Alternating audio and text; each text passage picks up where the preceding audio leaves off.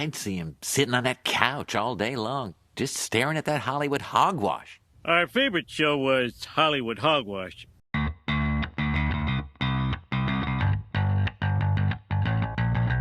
Hey everyone, welcome to another episode of Hollywood Hogwash. I'm Andrew Pisano, along with Josh Reese and Aaron Rosa. I am on cloud 9 right now because we all just watched, and I have reconfirmed this for the 300th time, that The Dark Knight is the greatest movie of all time. It is one of the greatest movies of all time, No, for sure. not one of the greatest movies of all time.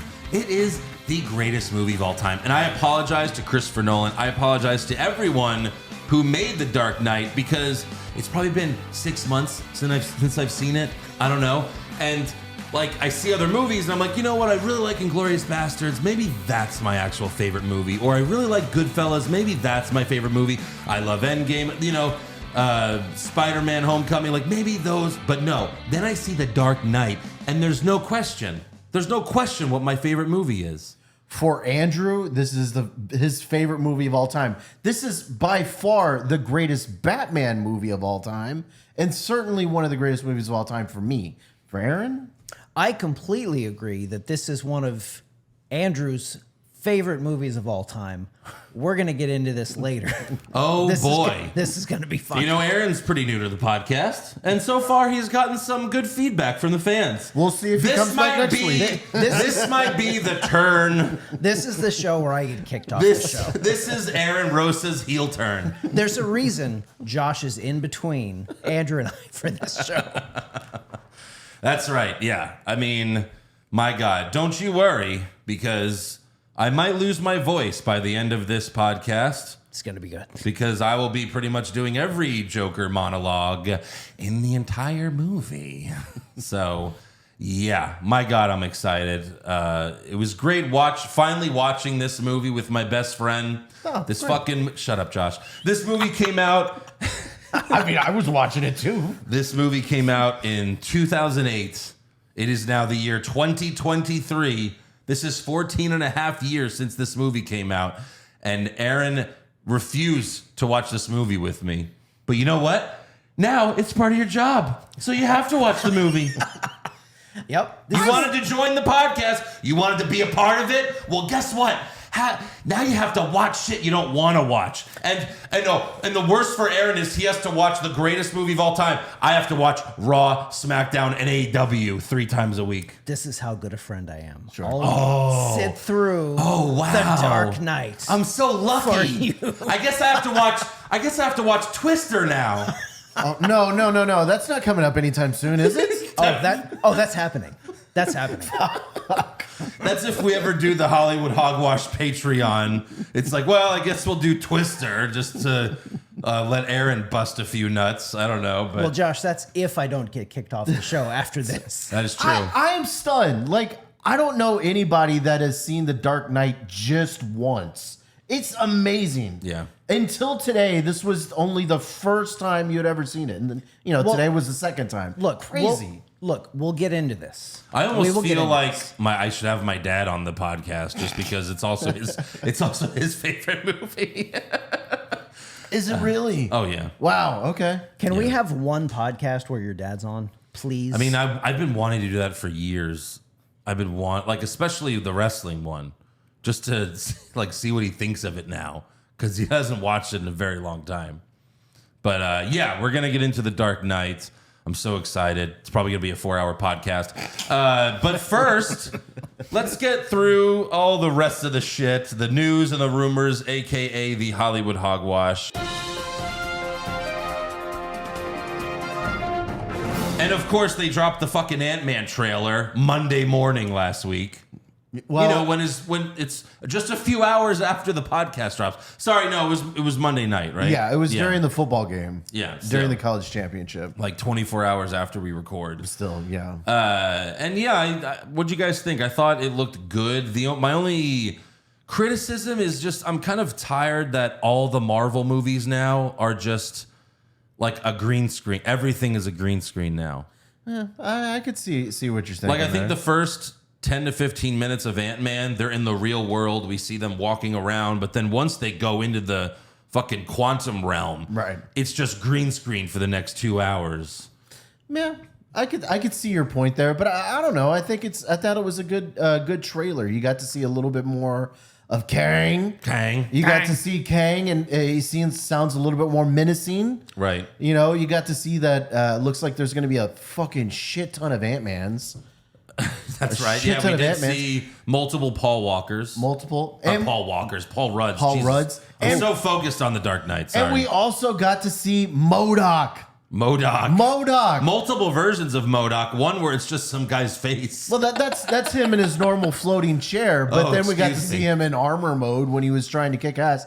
I think it's going to be really good. I think this is also like what Marvel likes to do. I think this is going to be a fucking sad movie. Oh, of course, that's what they all are now. Paul Rudd might die in this movie. Who knows? So I want to read this one fan question now because it's the only fan question we have that's about Ant-Man. The rest are just about the Dark Knight, obviously. But our fan Eric asks, Ant-Man is clearly dying. I guess he's not asking. Ant-Man is clearly dying since they have to set up Kang to be the new badass and they already got 2 female Ant-Mans to replace him. Right? Oh, I guess it was technically a question. But it seems like he thinks Ant-Man's dying. Do you think Ant-Man's dying? It does seem like that. It does. This whole phase of Marvel is just Marvel has gone away from the fun, lighthearted thing that it was that made us all fall in love with it. It's all just bleak and dark now. Yeah. Right. I feel like after Endgame, like they should have gone back with the lighthearted stuff because Endgame was as serious as it gets. You know, Infinity War and Endgame. I kind of am annoyed that Marvel wants to make me cry every single movie. Like Black Panther, cry. Yeah. Thor, cry. Spider-Man. Even Spider-Man. Oh my God. Massive cry. The waterworks. Everyone slipped in the theater when they were leaving. They've turned into Pixar. Right. No, Even the Buzz Lightyear movie, yeah. They want. That was Why do they really want little kids to depressing. cry? Yeah. I don't understand. But yeah, but one of the last lines in the trailer was Scott Lang saying, I don't have to I'm win. dead. We both just have to lose. Right. That seems like a ominous thing to say. Yeah. I don't know if Paul Rudd would want to give this up because it's not like he gets other starring movie roles. Like he always plays like the best friend's friend, or it's like a buddy movie where it's like 2 people. Mm-hmm. He's never like the main star of a movie. I don't know if unless they just want to kill him off. I think Michael Douglas dies in this movie. It could be. Someone's going to die for sure. My guess right now is Michael Douglas because how do you even get him for all these movies to begin with? They're lucky they had him for this long. Right, but Paul Rudd also seems like he just doesn't give a fuck. He seems like he would be fine just walking away and doing some other shit. What? What else is he gonna do? It's like Chris Evans. Where has he been since he fucking left? You don't see Chris Evans anymore. Right, Taking but a break. I don't think Paul Taking a Rudd's break. worried about that. Maybe not. It's interesting. I'm really geeked up for this movie, though. I think we're gonna have a lot of interesting things And a lot of crying. a lot of crying for sure. A lot of crying. Yeah, I know that a lot of people were upset that they replaced the actress that played his daughter in Endgame. So that's different. But yeah, I mean, Kang looks great. And she seems like she's a criminal too in the beginning. The criminal? Yeah, because they were breaking her out. They were getting her out of jail in the first scene of the trailer. Oh yeah. Yeah. What the fuck was that about? I guess following in Scott Lang's footsteps, kind of thing. I guess so. Yeah, she's a troublemaker, just like her old man. like with Pops. So she can take up the mantle once he's dead. That's right. So sad. Yeah, someone in Marvel said that this movie is as important as Civil War because it sets up all the future movies. Because obviously Kang is the new main villain, Right. you know? The big and baddie. he's going to be... The next Avengers movie is the Kang Dynasty. And we're going to be getting so many different types of Kang too. I'm sure we're going to get Kang and Loki too. So obviously Yeah. this is going to be a super... we already- like if this guy is going to be the next big villain, this is going to have a down ending. There's no way that this ends happily. Well, but R.I.P. again, there's Scott Lang. again, there's different variants of Kang. They already killed the one in Loki season 1, Right. Yes. I think Scott defeats this one like the main variant. That's the main Kang variant in this film, but there's a more powerful Kang out there. So that's just what's going to keep happening. They're going to keep killing Kangs until like the fucking They get to Kang until Prime. the toughest one. He's like, I am the Kang. I'm Prime King. But that actor is really, he's in everything all of a sudden. Yeah. So yeah, he's doing really well. But yeah, Good shit. excited to see it. Also a little worried because I'm tired of crying in these Marvel movies. But yeah, I don't think it's going to stop. maybe not. I don't know if I'm going to cry over Ant-Man though. You know? Okay. I don't know if you can get me to cry over Ant. It's not Iron Man or Captain America or anything like that. He's going to do something sweet like saving his daughter, and you're going to fucking that's bust out true. the waterworks. I have a daughter. That'll work. That works. Once you have kids, that shit works every time. My God. I used to laugh at my dad for crying at the end of Armageddon. But now it's so I have sad. kids with Liv Tyler and Bruce. Like my dad cries like a baby. I'm like, what are you doing? And then I have a kid. I'm like, oh God, I totally understand.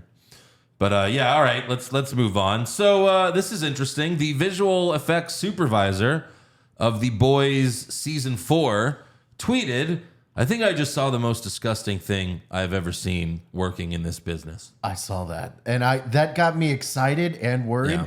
Like we just saw. Well, don't spoil anything for Aaron. He hasn't seen it. Oh, you yet. haven't seen Nothing major. the last season, But we saw have some seen. pretty sick shit. That show is pretty disgusting at times. But So oh I my don't know God. how you top. I don't know how you top it, but Yeah, that's We'll just see. crazy. But I mean, this show just finds way to top itself every year. Yeah. So I mean, I don't doubt that they're going to find a way to shock us even more. Yeah. I mean, it seems to be part of their character. and they've already been filming for a while. Right. Season 4, so this could You got to catch up, Aaron. this could probably come out this year. We still got a lot of stuff coming out this year. Yeah. Invincible still needs to come out. That'll be soon. Yeah. Yeah. Also, the Batman director, Matt Reeves, the Robert Pattinson one, he told Collider that his Batverse will be separate from James Gunn's DCU plan, which obviously that makes sense.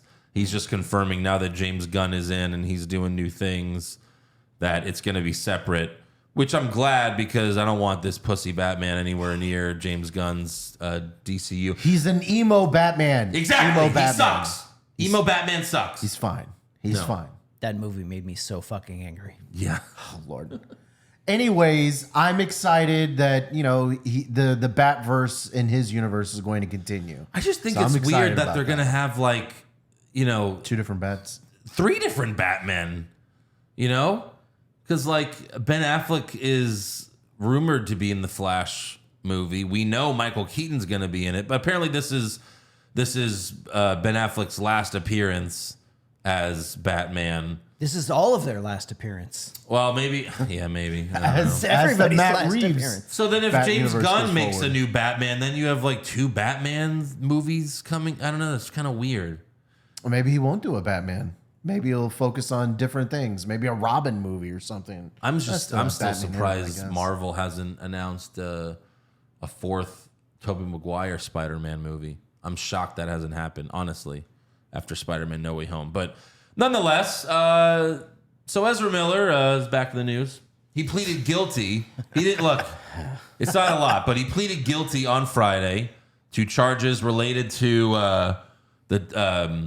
the 2022 trespassing arrest in Vermont. Oh, right. That's the one where he stole 3 bottles of alcohol. He broke into a house. He stole 3 bottles of alcohol. Yes. That's all he did. Yeah. This guy's a movie star. I love this guy. This guy's a movie star. Well, the liquor stores are closed. But he pleaded guilty. He agreed to a plea deal. So I'm sure it's just probation and he pays some money. That's what happens. I mean, he hasn't gotten any more trouble. This Right. is still last year trouble. So, I mean, I don't know. Maybe he found the right balance of pills. It just seems weird that, you get rid of The Rock, you get rid of Henry Cavill, and then James Gunn's like, I like this guy. Ezra Miller? Yeah. He tests well. He's my kind of guy. He tests well. How do they not recognize, like, after all the shit this guy has gotten up to, don't you think everybody would line up to see him and, like, oh, this fucking train wreck is going to be the Flash? I want to see that. Like maybe a reality show. I don't know. yeah. Where he just breaks into houses.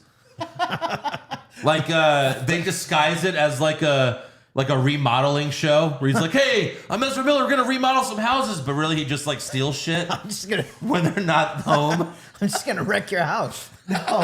Or you get the guy. They come from, home and it's not remodeled; it's just destroyed. What the fuck? He's like, "I'm Ezra Miller. I'm your god." He's just 2 bottles of vodka deep, like, hey, sorry, I don't have any pets on. No, you get Chris Hansen from all those underage ones, and he goes into a house that Ezra Miller. Hey, what are you doing here, buddy? Yeah. Right. I came. A buddy of mine told me there was alcohol They here. tell him his 14-year-old girlfriend's there. Oh, yeah, those are true Like, too. Hey, yeah. Allegedly true. Allegedly. Well, that might be coming out soon. We might be pleading to some of those, maybe allegedly. Jesus. He's an interesting character for sure. He sure is. Remember the KKK video? Anyways, You can find that on YouTube. if on y'all our want to YouTube. die, we'll make that happen for you. The Bengal Bulls. Whatever that was. Yeah. All right, moving on. So, Ke Huy Quan, who recently won a Golden Globe for Best Supporting Actor for his role in Yes. the best film of 2022, Everything Everywhere All at Once. Sure. Love you, short round. He's going to be in season 2 of Loki. What? That's right. Yes. That's Yes. right. Yeah. Oh, I fucking love short round. That's amazing. Love that guy. Quan said, when our movie came out, the first phone call I got was from Kevin Feige, who graciously asked me if I wanted to join the MCU. Oh my God, that's so smart. It's pretty cool. Who doesn't love that guy? Yeah. Everybody loves that. Well, yeah, especially after that movie. Holy shit. He was awesome. He certainly has experience playing in different dimensions. Yes, that's right. Apparently, he's going to be a part of the TVA.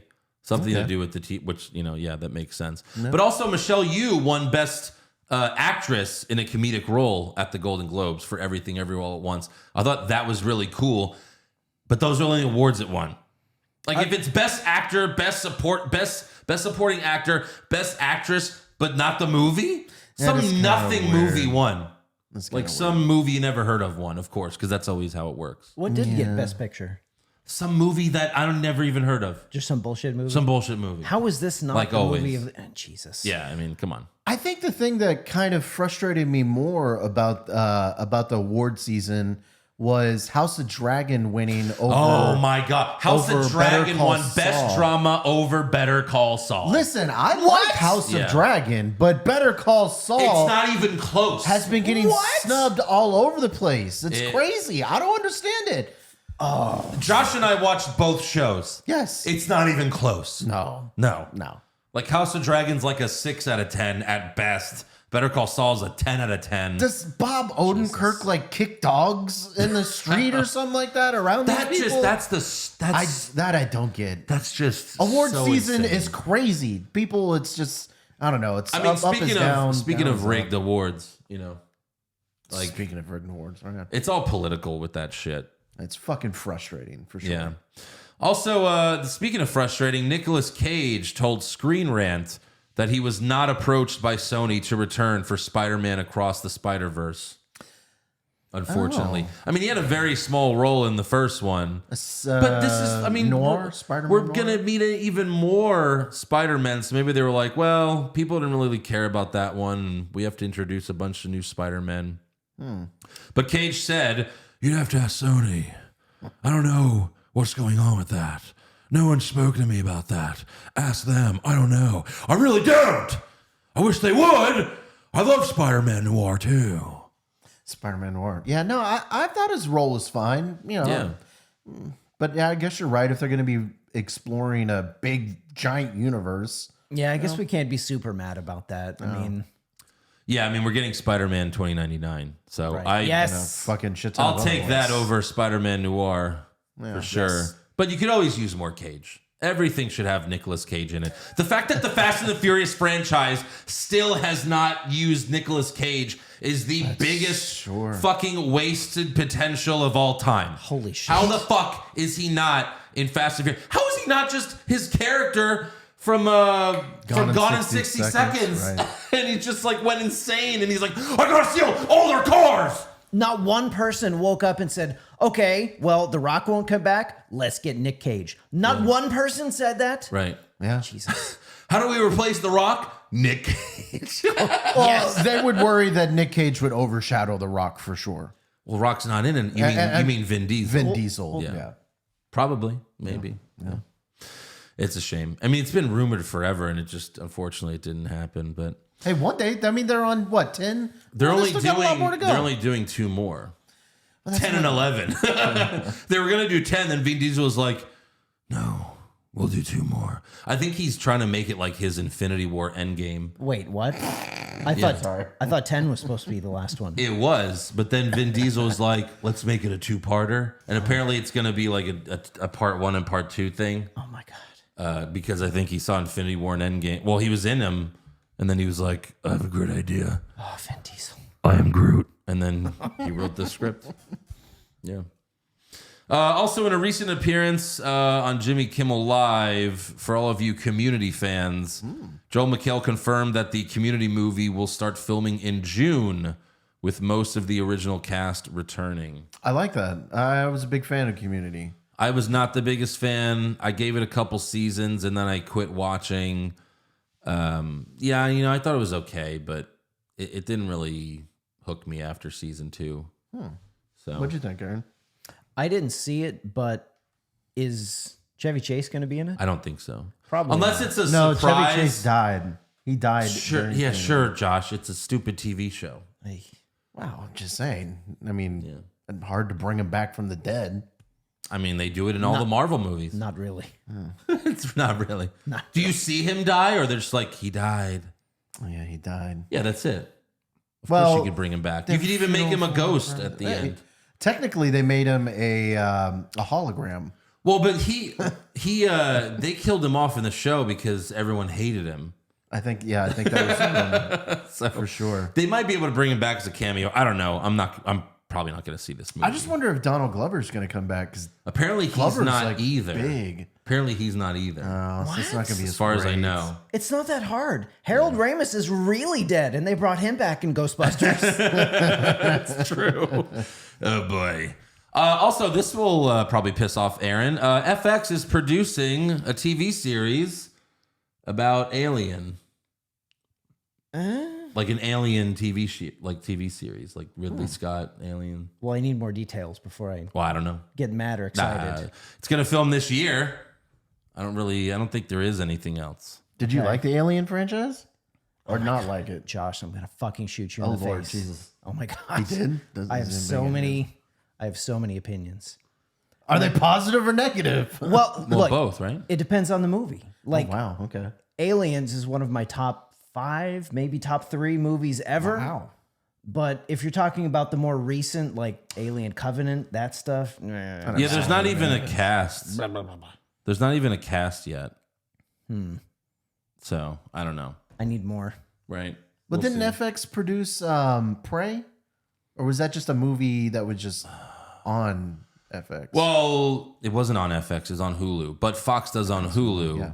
So yeah. Because Prey was fine. Well, that's Predator.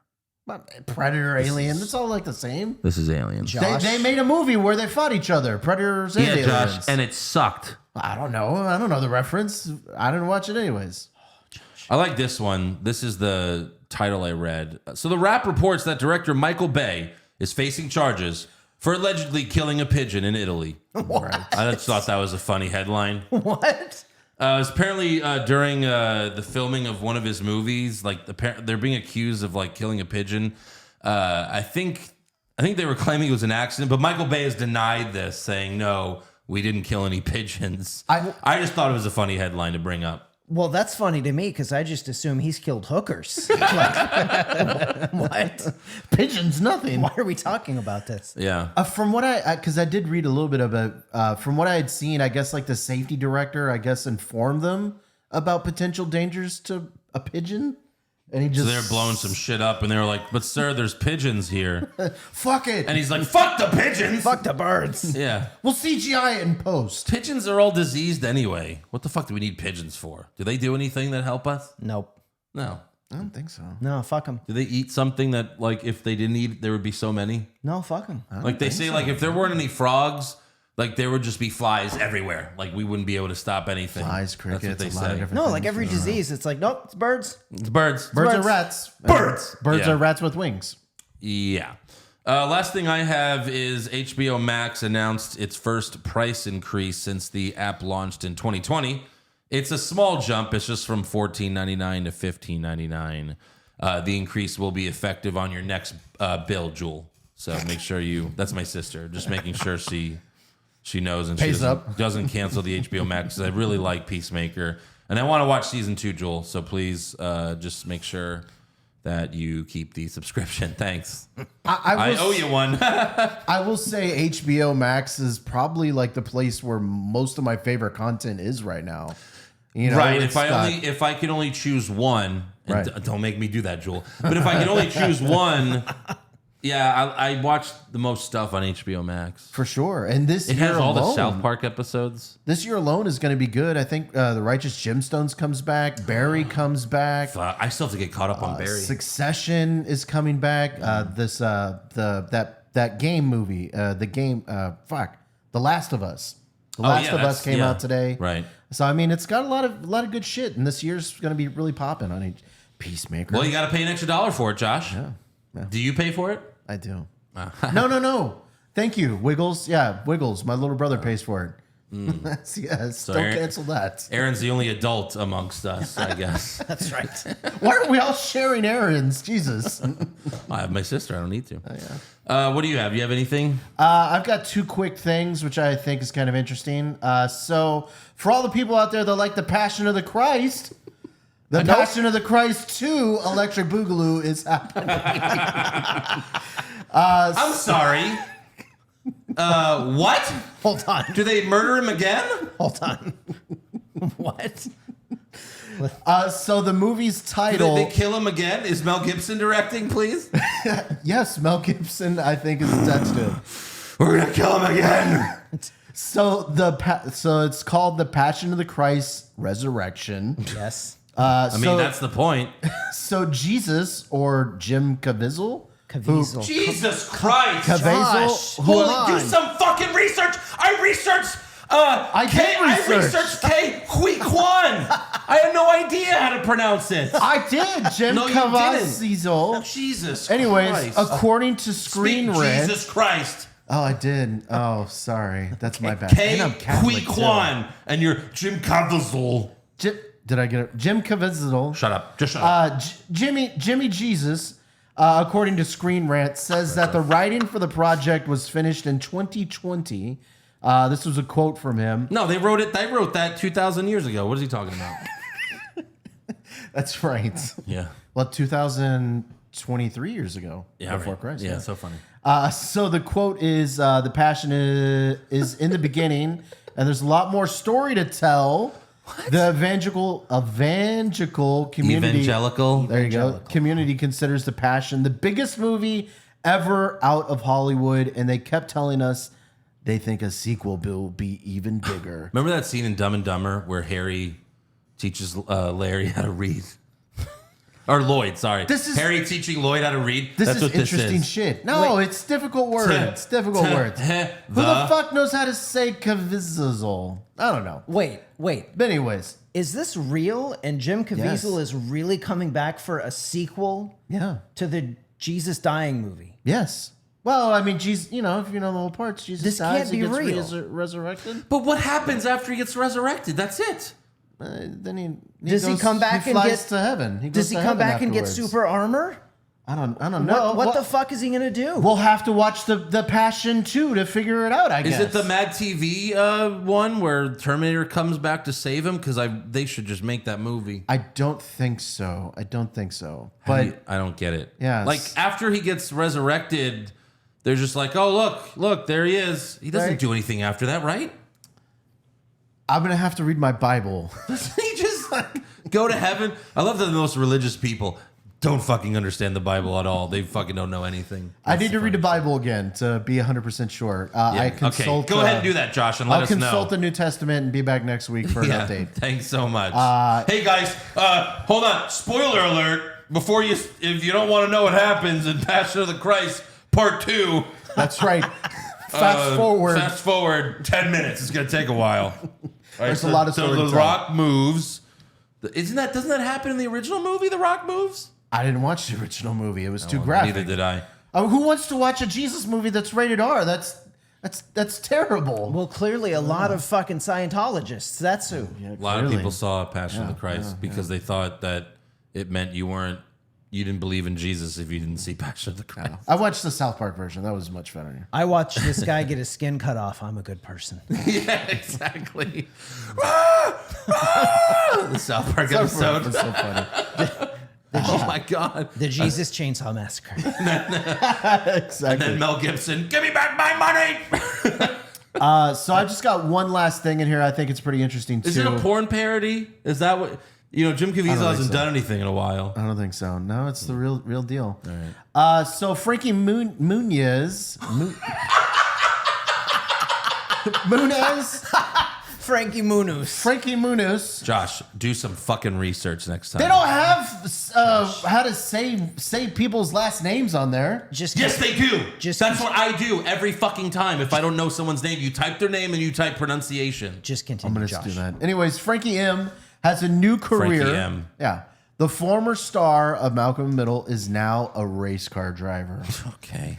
That's Gives great. a shit. He's going to be competing in the upcoming season of the Mendez Series, which is like the minor league for NASCAR. Frankie says, I'm not here just for a fluke. I'm not here just for publicity. Ugh. I wanted this my entire life. Crazy enough, Frankie's first time behind the wheel in NASCAR was driving like the pace car in the Daytona 500 in 2001, which was oddly enough the last race of Dale Earnhardt.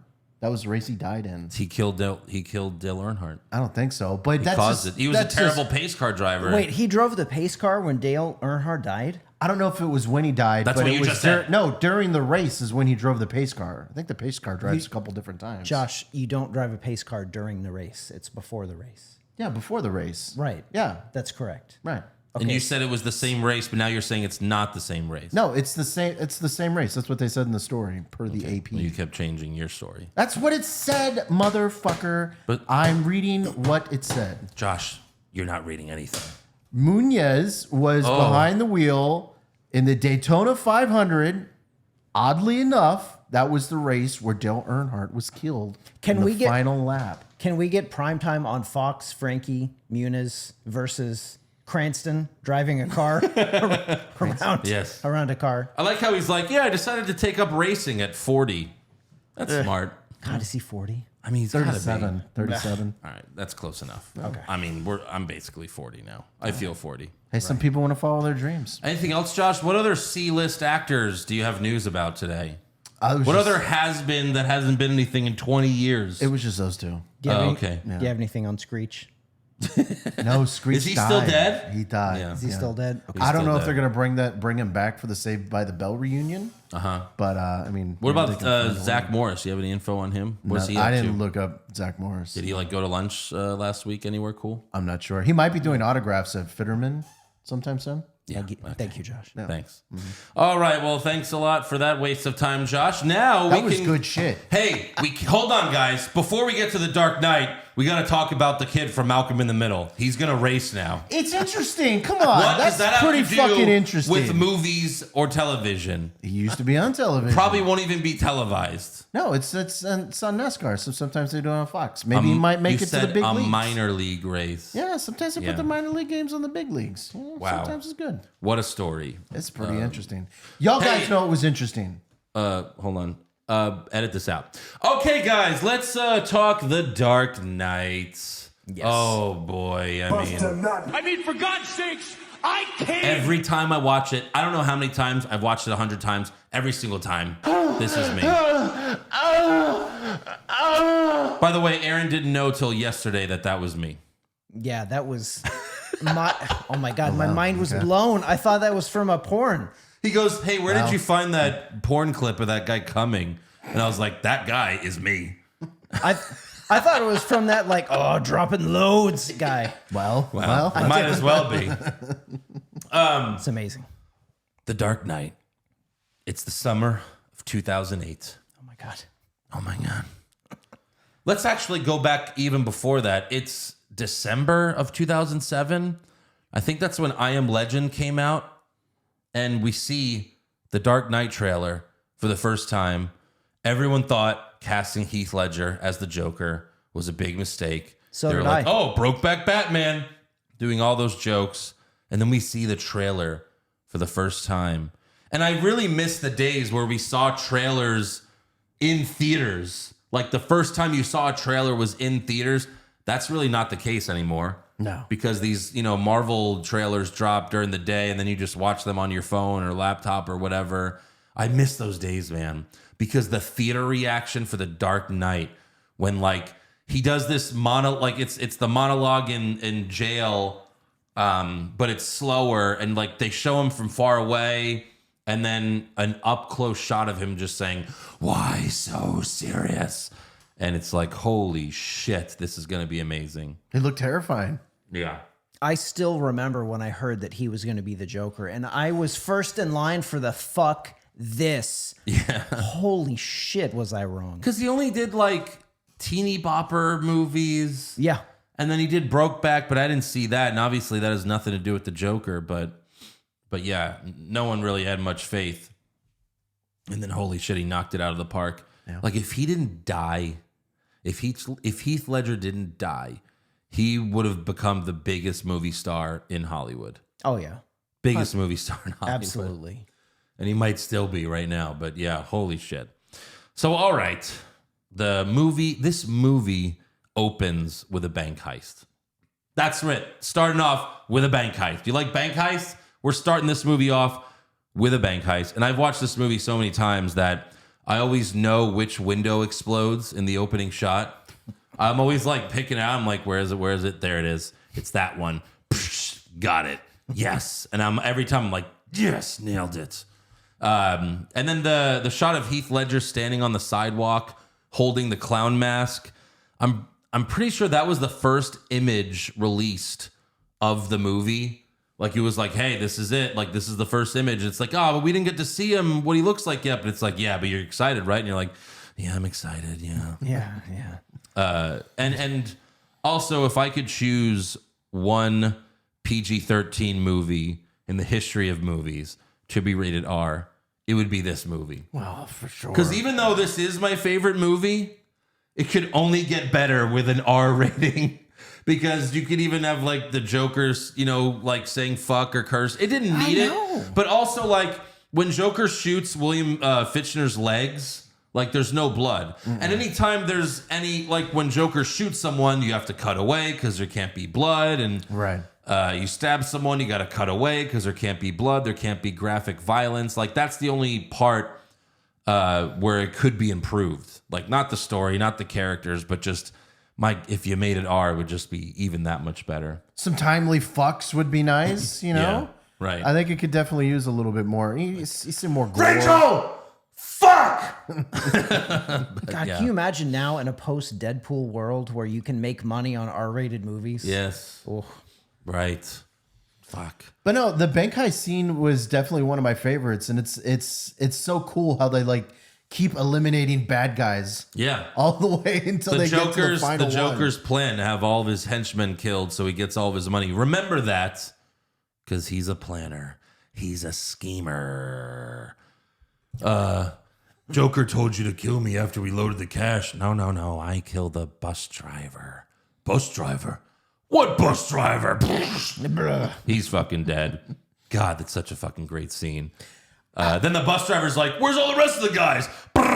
And just shoots him with an Uzi. I don't know if y'all guys ever noticed this, but I've seen this movie so many times, but it wasn't until today where I noticed that in all the scenes where like the bad guys are around, like no one ever screams. No one ever screams. It's kind of weird. Screams what? Like, you'd think they'd scream when, Robber would be around or the Joker would be in the room. You mean the citizens or something? Yeah, citizens. You said the bad guys. No, when no one ever screams when the bad guys are in the room. Oh, I mean, a little bit in the robbery. They were all just kind of frozen. Maybe Nolan just didn't want, just random screams in it or something. Maybe. I don't know. I didn't notice it until today. And when you brought up that, I mean, when the Joker no F-bombs and stuff like that too. When Joker shows up, everyone just kind of freezes, which I imagine would be in real life because you probably would be just like shocked that this is happening. Yeah, like, why is maybe. this guy dressed like this and looking at me? Sure. Yeah. It's better than just like, I mean, that's not what this movie is. It's not like people just randomly screaming at the Joker. That would just kind of get old, but Yeah, this trilogy has always been about realism. yeah. So, and he's, he kills the bus driver, and then William Fichtner's like, you think you're smart, huh? Well, the guy that hired you's, he'll just do the same to you. Oh, criminals in this town used to believe in things. Honor, respect. Look at you. What do you believe in, huh? What do you believe in? Oh. And then Joker. I believe whatever doesn't kill you simply makes you stranger. Takes off his mask, smiles right into the fucking camera. And then he leaves with the school bus and blends in with all the other school buses just as the cops arrive. Perfect getaway. Fucking brilliant. I'm a genius. Yes. Perfect introduction. He's a schemer, apparently. Right, which, in case you haven't found out by now, Joker lies to everyone in this movie. He's the biggest liar in movie history. And it's on purpose because he's fucking with everyone. And when he does it later to Dent, that's the best part. But I'm fast forwarding. I like how Jim Gordon randomly puts on the bat signal. Like, he's like, I like to remind everyone he's out there. Why wouldn't he come? Hopefully, because he's busy. And he was busy that night.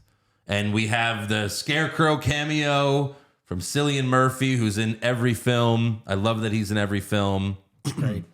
We have the fake Batman show up to try to stop them, and Scarecrow's like, that's not him, because he's already dealt with Batman before, he knows. Well, they were using guns too. Batman doesn't use guns. And then the Batmobile shows up, and he's like, that's more like it. And they're all shooting the Batmobile, and we see inside the fucking car, it says loiter, but then it changes to intimidate, and it just blows up the cars behind him. I like how he programmed the Batmobile to not kill people. You have to be just like me, Batmobile. You cannot kill. And the Batmobile's like, but why? It's like Terminator. Why? Because it's wrong. Why? Oh, God damn it. Well, Hey, no. Fox, make this thing not kill people. No, the Batmobile has 3 modes. It's intimidate, loiter, and murder. Murder. So then one of the fake Batman, they're about to shoot a guy, but the real Batman's like, no, you dumb fuck. And he's got this mechanism that bends his fucking gun. It's like, and that's just what's so great is like, even though this is the most realistic version of Batman, he still has all the gadgets in the world ready to go. Oh yeah, hold on, let me just take out my gadget that bends metal to stop your gun from firing. You know what? Now that I'm thinking about it, I know we're going to get to it in the next movie, but in the next movie, he puts something on his leg that helps his leg be able to kick through like bricks and stuff like that. I wonder if it's the same thing on his hand. I don't know. That's kind of interesting. That was something that a lot of people had issues with. We'll talk about next week for Dark Knight Rises. But one of the great lines where he tells the fake Batman, like, don't let me find you out here again. We're trying to help you. I don't need help. And then Scarecrow's like, not my diagnosis. And then the fake Batman's like, what gives you the right? What's the difference between you and me? I'm not wearing hockey pads. Very true. Great line. And Josh still hasn't seen you still haven't seen the Pete Holmes ones where he says that. He's just like, I'm not wearing hockey pads. Like, yeah, we know. But you got to see those. I got to watch those with you because they're so fucking fun. Maybe we'll do it on the podcast. We have time. So Batman visits Gordon in the bank the Joker robbed.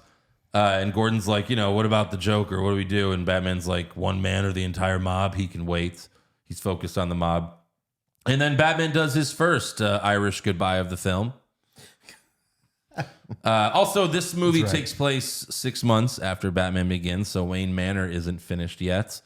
And so, like, they just have he has a penthouse, and Alfred goes to bring him breakfast into his fucking big room, and he's not there. So then Alfred goes to their fucking secret place or whatever. But and he's like, be nice when Wayne Manor's rebuilt. You can swap not sleeping in the penthouse to not sleeping in the mansion. Yeah. And Michael Caine, he's just fucking awesome. His lair's pretty cool. I mean, it's really kind of boss. A lot of room in that lair. Yes. And then Alfred sees Bruce's scars and bruises, and he's like, know your limits, Master Wayne. And he's like, Batman has no limits, but you do, sir. And then Bruce is like, well, you know, we all know how much you like to say I told you so. And again, Christopher Nolan, there's a lot of repeated lines in his movies, and that's one of them that comes back into play later. And comes back to bite him in the butt. Then we meet Aaron Eckhart playing Harvey Dent. And in case you want to know how he got this role, go watch Thank You for Smoking. Such a fucking good movie. It's a great movie. And he's basically the same character, which is why he was perfect for this role. Then we see Maggie Gyllenhaal replacing Katie Holmes as Rachel Dawes. Not a fan. Not a fan. And you can't blame the film for it because it's Tom Cruise's fault. In case you didn't know, the biggest rumor, and it makes the most sense because why wouldn't she do this movie? She turned down this movie to do an indie film that no one ever saw. She was like, well, I wanted to, but I already committed to this indie film. It's like bullshit. Tom Cruise was just jealous that she was going to be in a bigger movie than him. I could see that. Tom Cruise totally seems like That's the like the jealous whole, Scientology craziness. type. Yeah. So, This movie really suffered for that. I mean, it's still my favorite movie, but But it's like Aaron had said, it's like so off-putting. Like the first time you see her, like, yeah, Well, if you watch the movies back to back, like we basically did, that's sure. true. It immediately takes you out of it. All of a sudden, it's like, wait, Maggie Gyllenhaal? What? Who the fuck is it? What? It just takes you out of... There's a really funny Batman rap that came out soon after this movie came out that's on YouTube. I think if you do Dark Knight rap, and Alfred's like, what about... He's talking to Bruce, and he's like, but what about Miss Dawes? It's like you forgot her. In Batman Begins, she was so much hotter. Very true. Very true. We also have Eric Roberts playing Salvatore Maroni. He's the new crime boss. And like the fucking trial where the witness tries to shoot Harvey Dent and the gun fucking, doesn't work. So Harvey beats the guy up. Just shows that he's also a badass. Want to kill somebody? Don't use Chinese guns. He checks the gun. He's like, oh, made in China. Made in China. If you want to kill a public servant, Mr. Maroni, I recommend you buy American. And the judge is like, get him out of here. He's like, but Your Honor, I'm not done. Like, I got to, fuck this shit. So Harvey then meets with Gordon, and he fights with Gordon over warrants without giving him too much info because Gordon knows the fewer people who know, the safer the operation. Turns out it didn't matter, but Gordon tells Harvey, we all know you're Gotham's White Knight, and then another tease for later. Dent's like, well, I hear they have another name for me down in MCU. Mm-hmm. Funny how he says MCU, because that wasn't really a thing until... That's right. It's pretty good. Yeah. So then Bruce has Lucius Fox meet with Lau's company because he thinks they're crooked, and obviously he's correct, but he falls asleep during the meeting. And Bruce also tells Fox, I need a new suit. And Fox is like, yeah, 3 buttons is a little 90s, Mr. Wayne. And he's like, I'm not talking fashion, Mr. Fox. And he shows him like the designs he made. And Fox is like, you want to be able to turn your head? Sure would make backing out of the driveway easier. Oh my God. So many good stuff. Which is such a great line because, I mean, Michael Keaton's Batman, when you watch the movies, when you watch his fight scenes, he has to turn his whole body. Because, like, the fucking mask is connected to the rest of the suit. Mm-hmm. So he... Like when he turns, he has to turn so dramatically in those Batman movies. But I love Lucius Fox too. He's like Q, like in James Bond. Yeah. It's so fun. He's always got so many different trinkets and toys for Batman. It's always fun. So then Bruce sabotages a date with Harvey and Rachel, and he brings the prima ballerina for the ballet that's going on at the same time. And he's like, oh, let's put a couple tables together. And Harvey's like, not sure that they'll let us. Oh, they should. I own the place. Just points. Fucking dick move. It's a baller move. Dick move. Wouldn't you love to do that? Yeah, you would as Bruce Wayne, but I mean, Harvey Dent's trying to have a nice date with Rachel. Yeah, well, that's his. I had her first, fuckface. It's the Bruce Wayne move. The Bruce Wayne move The- for sure. Yeah. You know what I wonder? Do you think Bruce and Rachel ever fucked? Like before he went to college? I don't think so. Like, do you think they dated in high school? They had to have. Had to have, right? You're telling me Maybe. they never fucked? They had to have. They But his chance felt was like friends. The only time he had the chance was before college. like before he left for college. So if they did, it was high school. You're telling me after Batman Begins, once she realized he was fucking Batman, she didn't immediately make a beeline for him and fuck him? No, remember at the end of the No. movie, she's like, Stayed maybe away I'll from see him. you when you're not Batman again. And he's like, fuck. I thought this would get me laid. She would have changed her mind after a week. She didn't even. She didn't Come even on. want an upgraded car. Remember, 6 she was months- driving that terrible. A few months Ford later, Fiesta. she's boning Dent. Yeah, this that's- fucking dork. that's true. Who's kind of cool, but he's a dork. That's Don't true. get me. Let's not confuse shit here. I don't think they ever boned. I don't think so. Yeah, I you don't might be know. right. Unless they. I fucked think it in was high school. friend zone his entire life, which sucks. He was in the Maybe. friend zone. Poor Bruce. Yeah. He got Catwoman in the end. That's fine. So, I mean, he went. Yeah, it's like, well, Rachel. Did they Katie fuck? Holmes, sure. Maggie Gyllenhaal, maybe not. Anne Hathaway, yeah, okay, sure. They got the prima ballerina too. That's true. Hopefully, he fucked her. But no, I really like this scene because it shows how much Harvey Dent adores Batman. Like he's like in love with this guy. And he defends Batman from Rachel talking about Batman. Of course, Bruce is also shitting on Batman because he has to. And then Harvey does the famous, you either die a hero or you live long enough to see yourself become the villain. Which that line. also in the trailers were like, oh my God. Like when he says that in the trailers, we're like, well, yeah, it's fucking great. And then when the ballerina takes like a fucking napkin and holds it over Dent's eyes, and she's like, what if Harvey Dent is Would be a bad man. the Caped Crusader? And Harvey's smile, he's grinning from ear to ear. He looks so fucking happy. And then even when she takes away the napkin, he's still like imagining it in his head, and his eyes are closed, and he's like, oh my God. yeah. That would be fucking awesome. He's like, yeah, I have a cape and cowl in my house. I love him at that moment was like, oh my God, I want to be Batman so bad.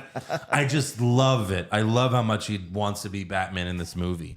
It makes it that much better when he fucking turns. Yeah, heartbreaking. Heartbreaking. So then we find out that an informant in Gordon's unit tipped off the mob. It was probably Ramirez, the fucking woman cop. Yeah, maybe. Tipped off the mob in Lao, so they weren't able to seize their money. Lao moved all the money and won't say where he's keeping it. I like the little part where they go in the safe and there's just like only the marked bills were there, Right. and Gordon kicks one. That was pretty good. It's pretty upset. And then Lau's like, telling all the mob, rest assured your money is safe. Ah, ha, ha, ha, ha, ha, ha, ha. Oh, e, aha. Oh, e, ha, ha. And I thought my jokes were bad. Tell me one reason why my boy here shouldn't pull your head off. How about a magic trick? I'm going to make this pencil disappear. Ah, ta-da! Oh my God. Oh, it's gone. And like right there, because at this point, you don't know if Heath Ledger's Joker is going to be like a pussy like Jack Nicholson's was, where like Jack Nicholson just can't fight. He has other people beat people up for him, or he just shoots people. But right there, it's like, you don't fuck with this guy. No, He just put a pencil through a guy's eye. he's a totally different Joker than we'd ever seen, because even in like Batman, the animated series, the Joker was like a jovial Joker. He was still menacing. He was always a But he pussy, wasn't though. dark. He couldn't beat anyone up, really. This guy was dark, and you This could one's tell like, he was brutal. He'll fuck you up. He never did anything unless somebody was tied up and he was just beating him in the face Yeah. with a crowbar. Right. Yeah. You don't fuck with this Joker. And like people, because there's no origin story, and I love what Nolan did where, we never find the origin story. Like fans have like theories that he was like a military veteran, like with I have so many PTSD. And it's theories. like, well, that's, that could be why he's so badass. Like he could just easily beat people up. But I love how like right after he does it, an underrated character in this movie is the Russian mobster. Because he only has a few lines, but like I just really like him. Like after he puts the pencil through the guy's eye, they cut to the Russian mobster, and he's like not bad. He's like, that's pretty good. Enough with the clown. And he's like, no. Let's I hear want him out. to hear a proposition. Let's wind the clocks back a year. These cops and lawyers wouldn't dare cross any of you. I mean, what happened? Did balls drop off? You see, a guy like me freak. Guy like me. Look, listen. I know why you choose to have your group therapy sessions in broad daylight. I know why you're afraid to go out at night. The Batman. You see, Batman has shown Gotham your true colors, unfortunately. Dent, he's just the beginning. Oh, and as for the television's so-called plan, Batman has no jurisdiction. He'll find him and make him squeal. I know the squealers when I see them. And what do you propose? It's simple. We kill the Batman. If it's so simple, why haven't you done it already? If you're good at something, never do it for free. How much you want? Half. You're crazy. I'm not. No, I'm not. If we don't deal with this now, soon, little Gamble here couldn't get a nickel for his grandma. Enough from the clown. Let's not blow this out of proportion. You think you could just steal from us and walk away? Yeah. I'm putting the word out. 500 grand for this clown dead. 1 million alive so I can teach him some manners first. All right, so listen, why don't you all give me a call when you want to take things a little more seriously? Here's my card. And then he's like, like he's like tugging at the fucking grenades in his jacket, like, I fucking love that scene. Another thing about this scene that I really love too was like, and it just goes to show you how badass this Joker is. He's not crazy. This Joker had a fucking plan. Yeah. You know, and I mean, he's a lunatic, but he's a smart one. Right, smart. He's but a genius. He got offended when they're like, "You're crazy." Yeah. No, I'm not crazy. I'm not. I'm a schemer. No, I'm not. It was great. Yeah. And also, like, Lau, who was on the TV, was terrified of the Joker. He turned his fucking camera off. He's like, yeah, I want no part of him. And again, that's another tease, because later he fucking shits its pants when he sees Joker in person. That's true. But man, the grenades all in his vest. Love it. Yeah. Then we have Batman meeting Dent for the first time. It's Batman, Dent, and Gordon on the roof of the police station. And I love how this scene was shot because the camera slowly spins around them. And if you know anything about filmmaking, that's a really hard shot to pull off because usually behind the camera, there's dozens of people. There's people holding lights. There's so that's a really hard shot to pull off, but I really like it. And then Gordon just warns that, you know, he's like, we're going after the mob's life savings. Things will get ugly. And then Batman does his second Irish goodbye. And Dent's like, what the fuck? And Gordon's like, he does that. You have to get used to it. Right. Then we have the 007 scene where Fox is showing Bruce his new toys and his bat suit. And he tells him about his plan to go after Lau. And he's like, you know, how about getting back into the plane? Now that's more like it, Mr. Wayne. And he, you know, tells him the deal. And then he also shows him the arm blades that shoot out, which teases how Batman beats the Joker at the end of the movie. So much foreshadowing. Really it's good fucking scene. great. You get to see his whole workshop there. Really good stuff. Then we have our next Joker scene where he has some teens tell the mob boss that, you know, they killed the Joker. And he's in a body bag. He opens it up and he's like, so dead? That's 500. And then how about alive? Holds him, you know, the fucking knife right in his mouth and does the first, you want to know how I got these scars? My father was a drinker and a fiend.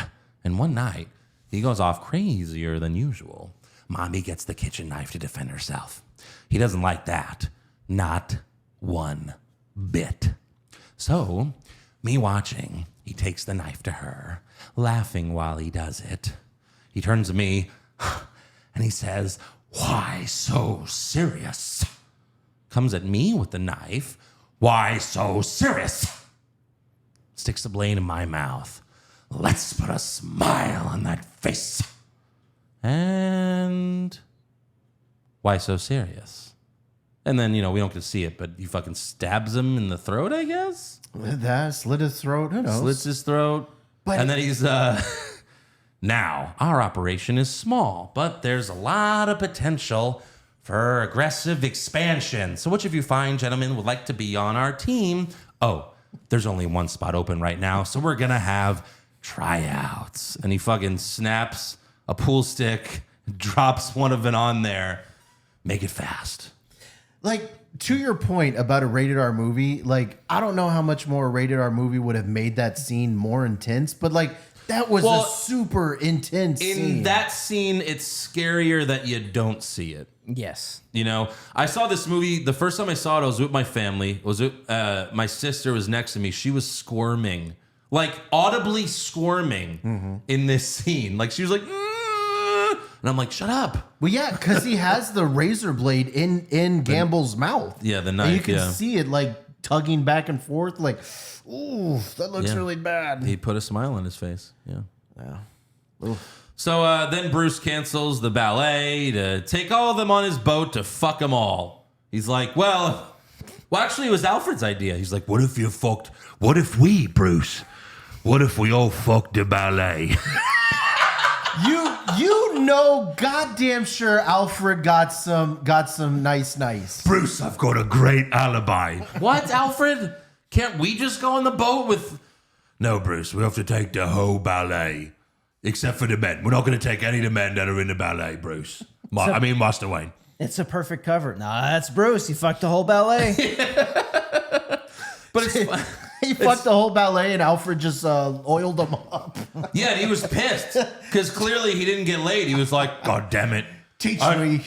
Yeah, so it was funny because my dad was always like wondering. He was like, why was Alfred upset that he had to put on their suntan lotion? Like, wouldn't he be happy? And I'm like, maybe it gave him blue balls? Like, maybe you're just like, you give me blue balls. Well, I mean, how many women would it take you before you started to get annoyed? Would it be like 10, No, 20? no. You wouldn't be annoyed at like the number 30 woman you're applying suntan oil to? No. Okay, well, maybe for Alfred, he's like, hey, after 15 of these girls, I'm fucking done. Some people said like it's because he's Bruce's servant. And they're just like, oh, he's a butler, so he'll serve me too. And he's like, I'm not your bloody servant. You cunt. Thanks a lot, Master Wayne. You couldn't give me one. You couldn't give me one of them.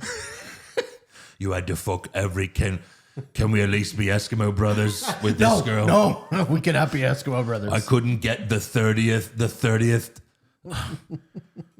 I couldn't get like the 20th hottest one, Master Wayne. Yeah. So he fucks all of them, then he leaves on a boat. I guess they all have to be like, hey, you didn't see that, right? You didn't see him leave on that fucking plane? Right. Why plane land? I don't understand.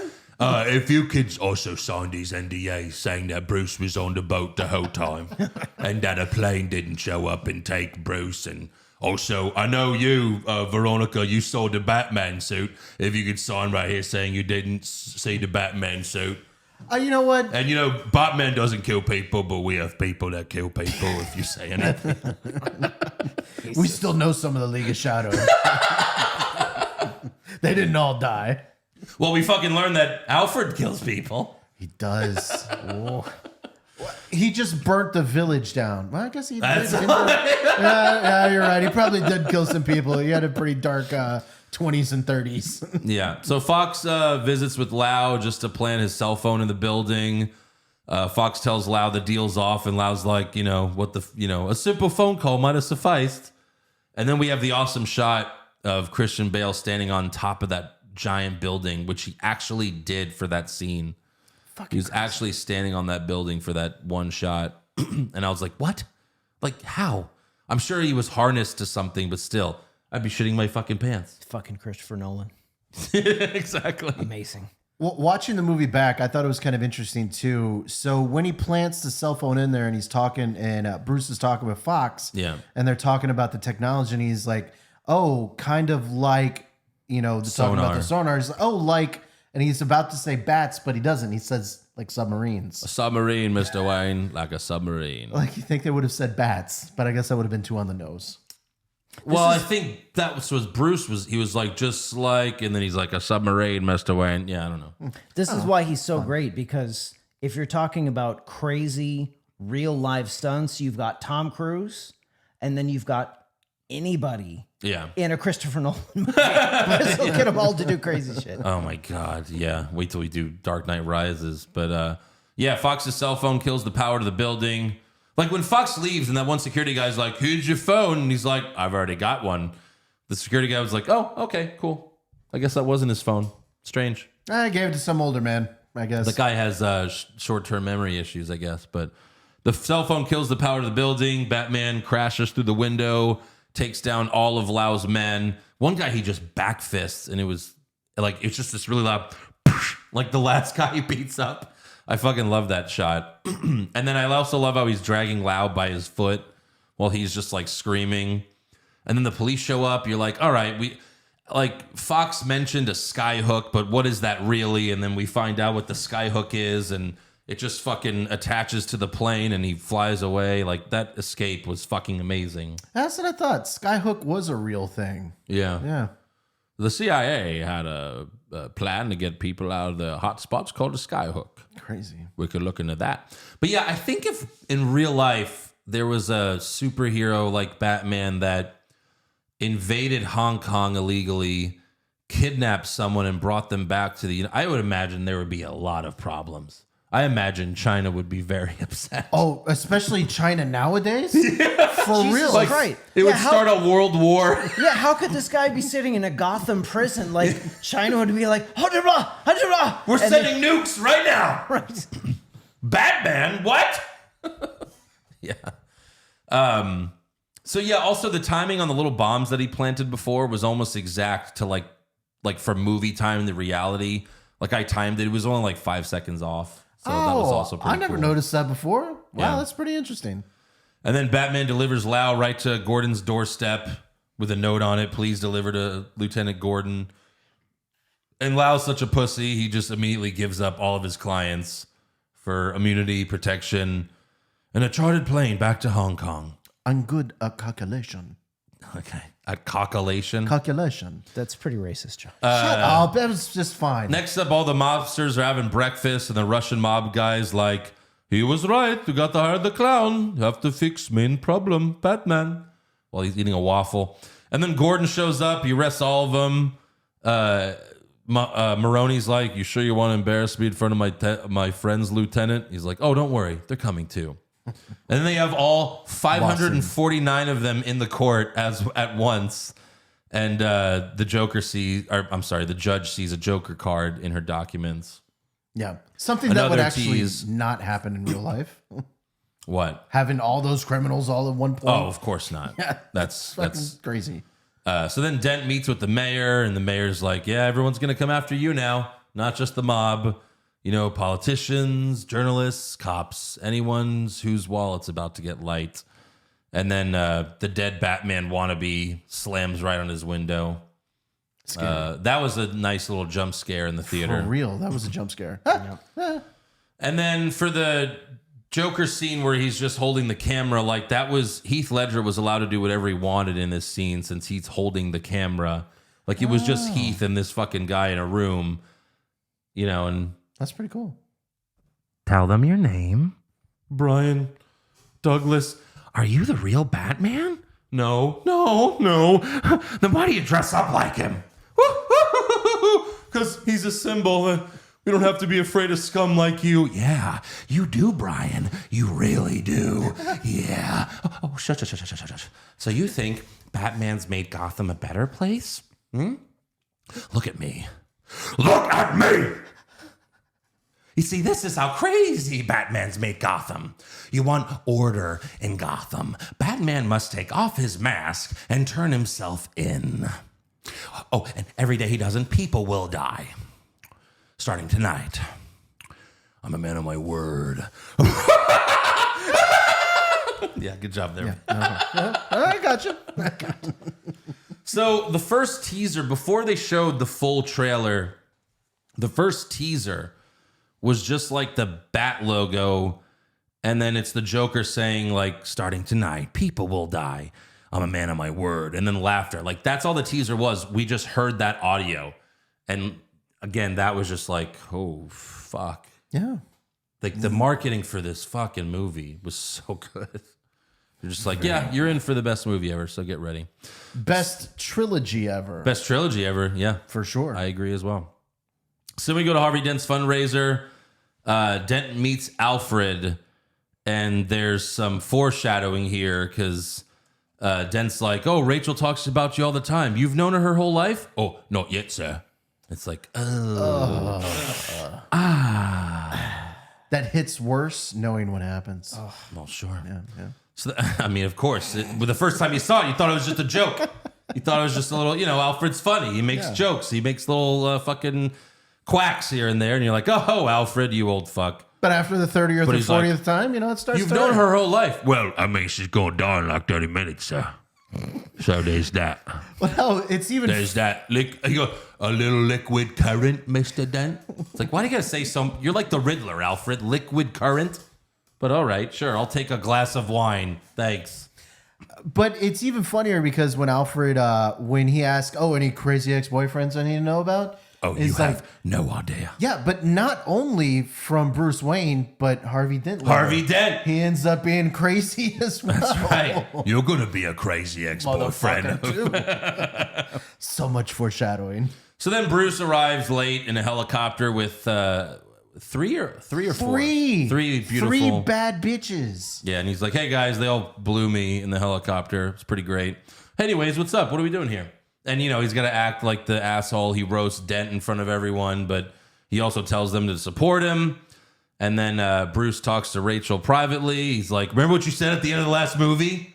Well, I'm holding you accountable to it now.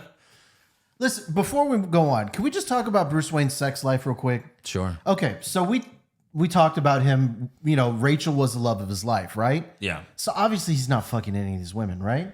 Because he's holding himself for Rachel, right? He's saving himself? For Rachel. I hope not. What do you think? She's getting laid.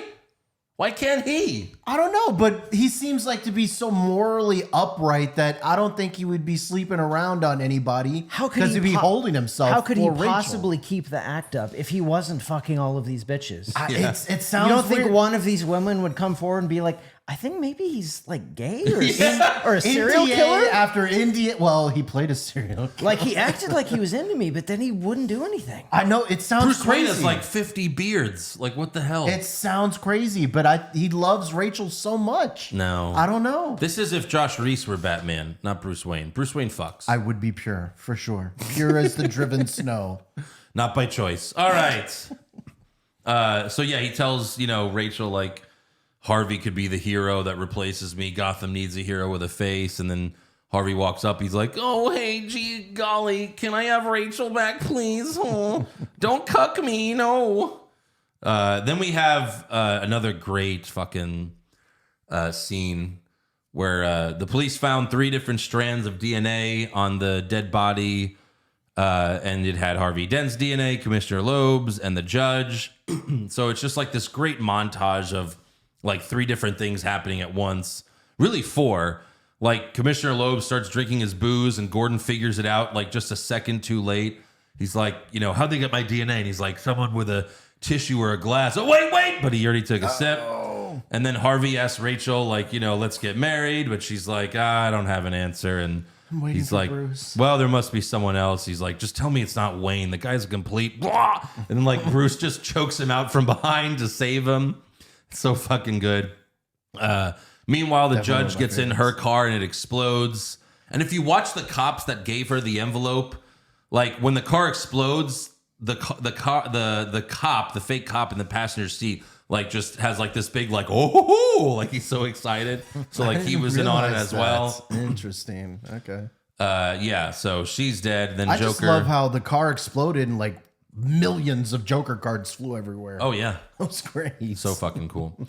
Then the elevator opens, and at first you see the crooked cop, and then it's Joker behind him. We made it.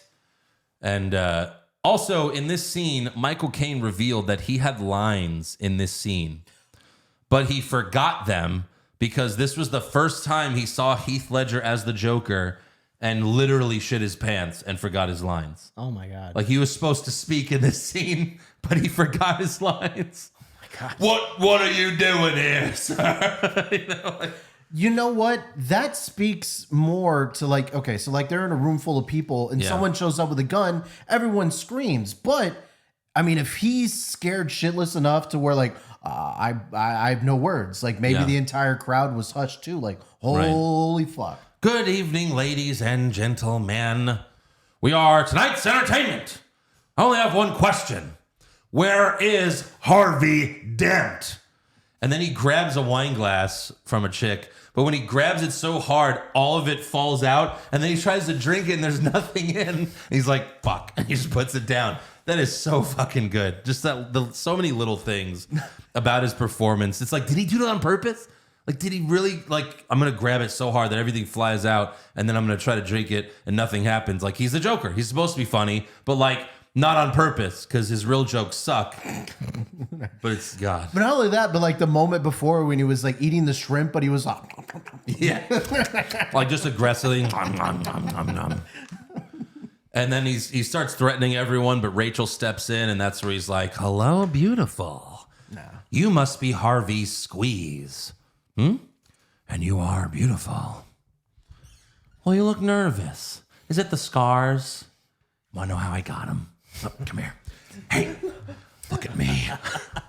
See, I had a wife who's beautiful, like Josh, who tells me I worry too much, who tells me I ought to smile more, who gambles and gets in deep with the sharks. Hey, one day they carve her face.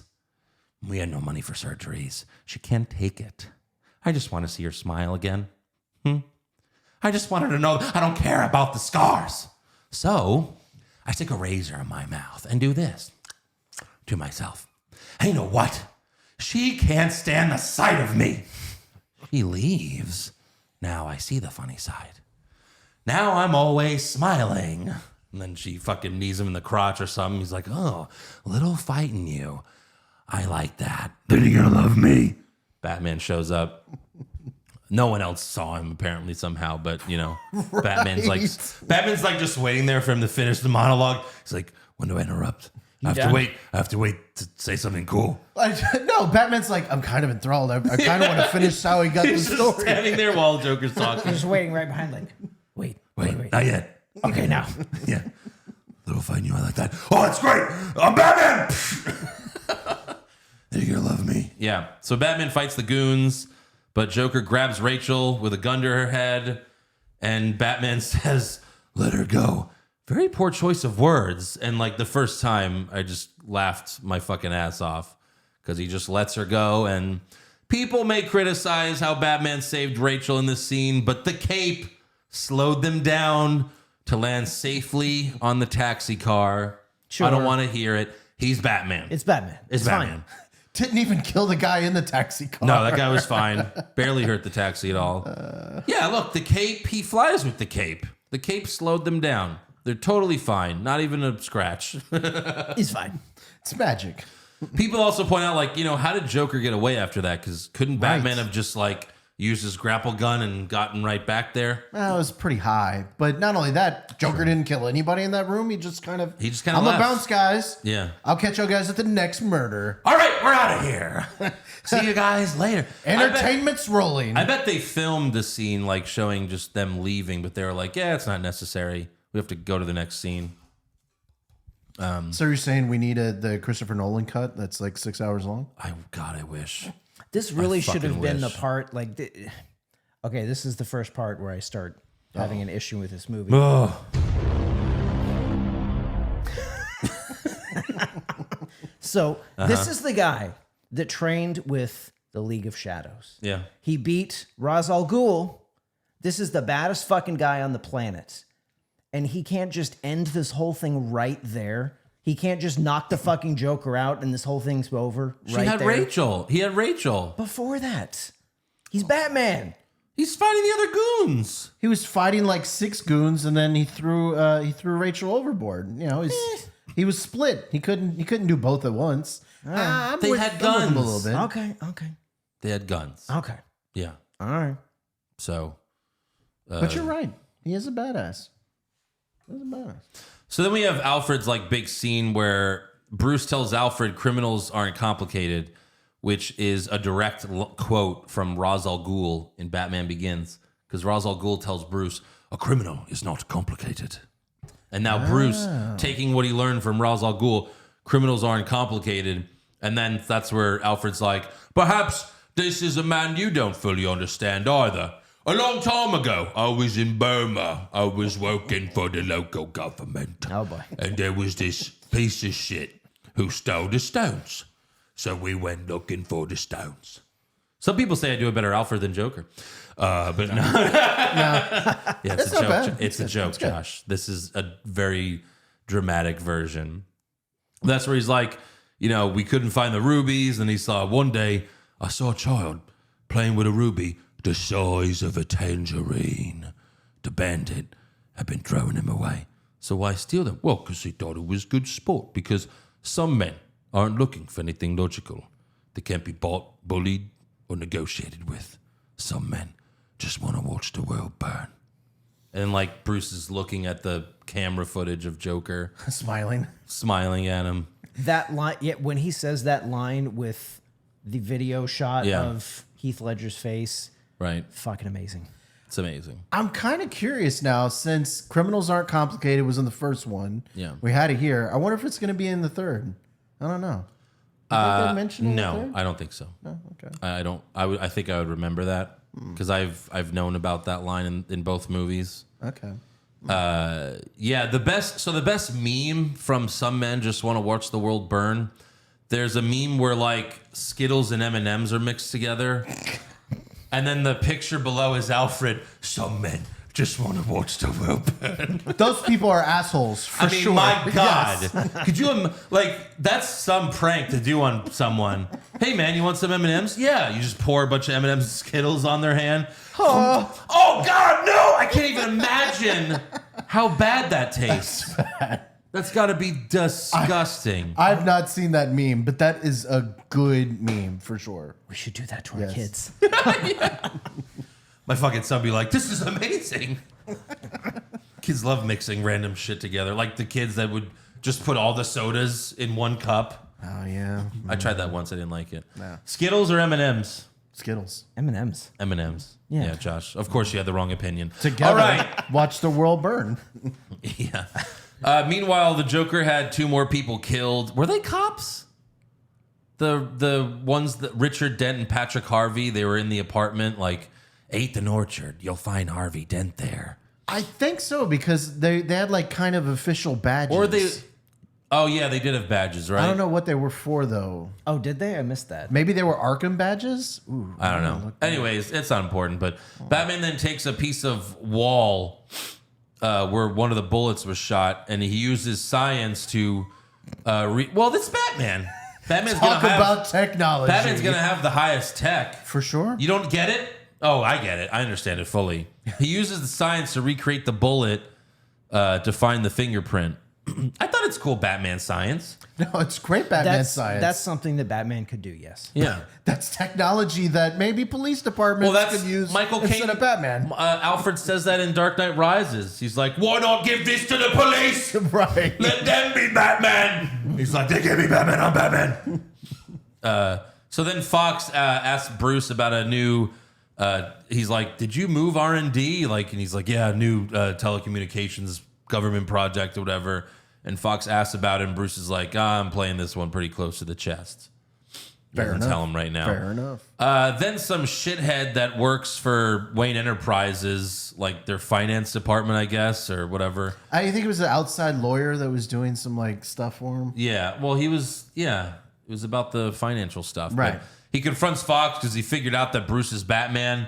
He's like, "Yeah, I started digging up some old files," and he finds the Batmobile. He's like, "Yeah, what about this, huh? What are you building for him now? A rocket ship?" And then he's like, "I want $10 million a year for the rest of my life." And it's like, you're a pretty smart guy. You figured out who Bruce Wayne is, but you just made a really stupid deal. $10 million a year. Why not just take a one-time payout of like $200 million instead of just getting these paychecks every year? Right. Like if you win the lotto, you don't take the 20-year plan. You take the bulk because the interest alone will keep you ahead. Hey, Josh, you know who that was supposed to be, right? No. Andrew, you know who that was supposed to be, right? I mean, I don't necessarily believe it was supposed to be him, but I think it was Well, just a little nod to that. A little nod, yeah. It's supposed to be the Riddler, Interesting. Okay. which is kind of disappointing because holy fucking shit. Can you imagine the Riddler Yeah. in a Christopher Nolan movie? Well, so that was the rumor. The rumor was that they were going to get Johnny Depp to play the Riddler for the third one, but he went with Bane instead. That would have been amazing. I mean, that would have been amazing, sure, but it's not like Tom Hardy wasn't awesome as Bane, Right. So it's fine. I'm not losing sleep over it, but After sure, seeing, that'd be cool to see. But after seeing what the Riddler could be in the latest Batman. movie, I mean, it was a fucking train wreck. But Right. what it could be done well. yeah, yeah, for sure. No, seeing this trilogy of movies, because we're going to see the next one next week, but like it just makes me sad that Christopher Nolan isn't doing every Batman movie going forward. Well, yeah, he doesn't want to do Batman. I know, but- forever. I know. Well, I see that. That was funny. But no, I mean, like, these are so perfect. And like, That's why I've said, how often does Warner Brothers call Christopher Nolan? They're like, hey, how about $2 billion? Will you do it now? just checking in, our monthly check-in. How much money do you want? Yeah, but Josh, if every day was Christmas, it wouldn't be Christmas Yeah, exactly. anymore. Right. Christmas only comes once a year. Batman movies Josh, come even if- rarer if, than if that. he made 10 Batman movies, would they still be good? No. A lot of people don't like Dark Knight Rises. Wow. Now, I think those people are insane. But yeah, there's some issues with the movie. I acknowledge that. We'll acknowledge that next week and all, but I He still eventually love would it. have gotten to Batman 7 and done what? The Calendar Man? Is that Nicolas Cage? I want to play the Calendar Man. No, he wanted to play Egghead. I want to play Egghead. I think it'd be pretty good. Call Christopher Nolan. What's that? He blocked my phone number. Damn it. Yeah. So yeah, he's like, I want $10 million a year, and Morgan Freeman's like, let me get this straight. You believe that your client, one of the wealthiest, powerful men in the world, is secretly a vigilante who spends his nights beating criminals to a pulp, and your plan is to blackmail this person?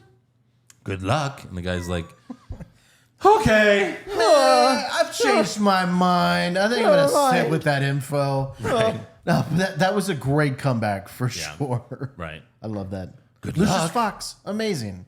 I love him. Morgan Freeman. Yeah. So then we have Commissioner Loeb's funeral. It's daytime, so Batman can't come out to play. So Bruce takes a motorcycle to the apartment of the guy who matched the fingerprint, and Bruce finds the real soldiers tied up. He looks out the window, but there's a timer to open the blinds to distract the snipers, and they shoot at Bruce. Meanwhile, Joker and his goons were acting as the soldiers, and for like half a second, we see Joker without the makeup. It's this quick little thing that the first time you saw it in theaters, you were like, whoa, what? You know, like, and like they show you like enough of the scars on his face to where it's like, okay, we know it's him, but just this little fucking shot. Joker shoots at the mayor, but Gordon gets in front, takes the hit, and that's where they want everyone to think that, you know, Jim Gordon is dead. And when I was They in the did theaters, shoot him. yeah, I mean, hit him in the back. he was wearing a vest. I guess. Yeah. Because later he's like, keep things close to the vest. Like those bullets. Yeah, I don't know. Well, you know, it's fine. Yeah, they want everyone. I didn't think he was really dead because I was like, well, he hasn't even become Commissioner Gordon yet, so I don't think he's dead. I don't know. The first time they got me because it looked like it was a good kill shot. I wasn't thinking that far ahead. When I saw this in theaters, I was so fucking pissed off when this happened. Right. Because I bought in.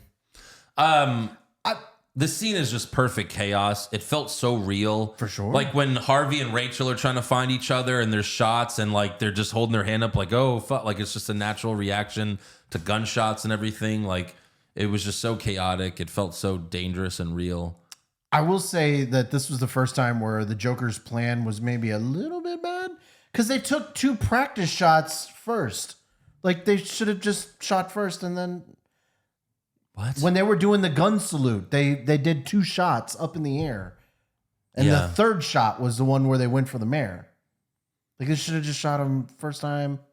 This is where Josh just gets confused. No, that's what happened. No, they shot twice in the air to make everyone be like, yeah, okay, they're going to do the shots in the air. If you do it the first time, it's way too obvious.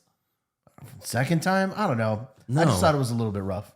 Rough? A little bit rough. This is where you just get lost, Josh. I thought it was and like rough. your brain just is like, oh my God, I can't process what happened. No, I just Makes thought it no was a sense. bad plan. I thought it was ill planned. Okay. All right. It was ill planned.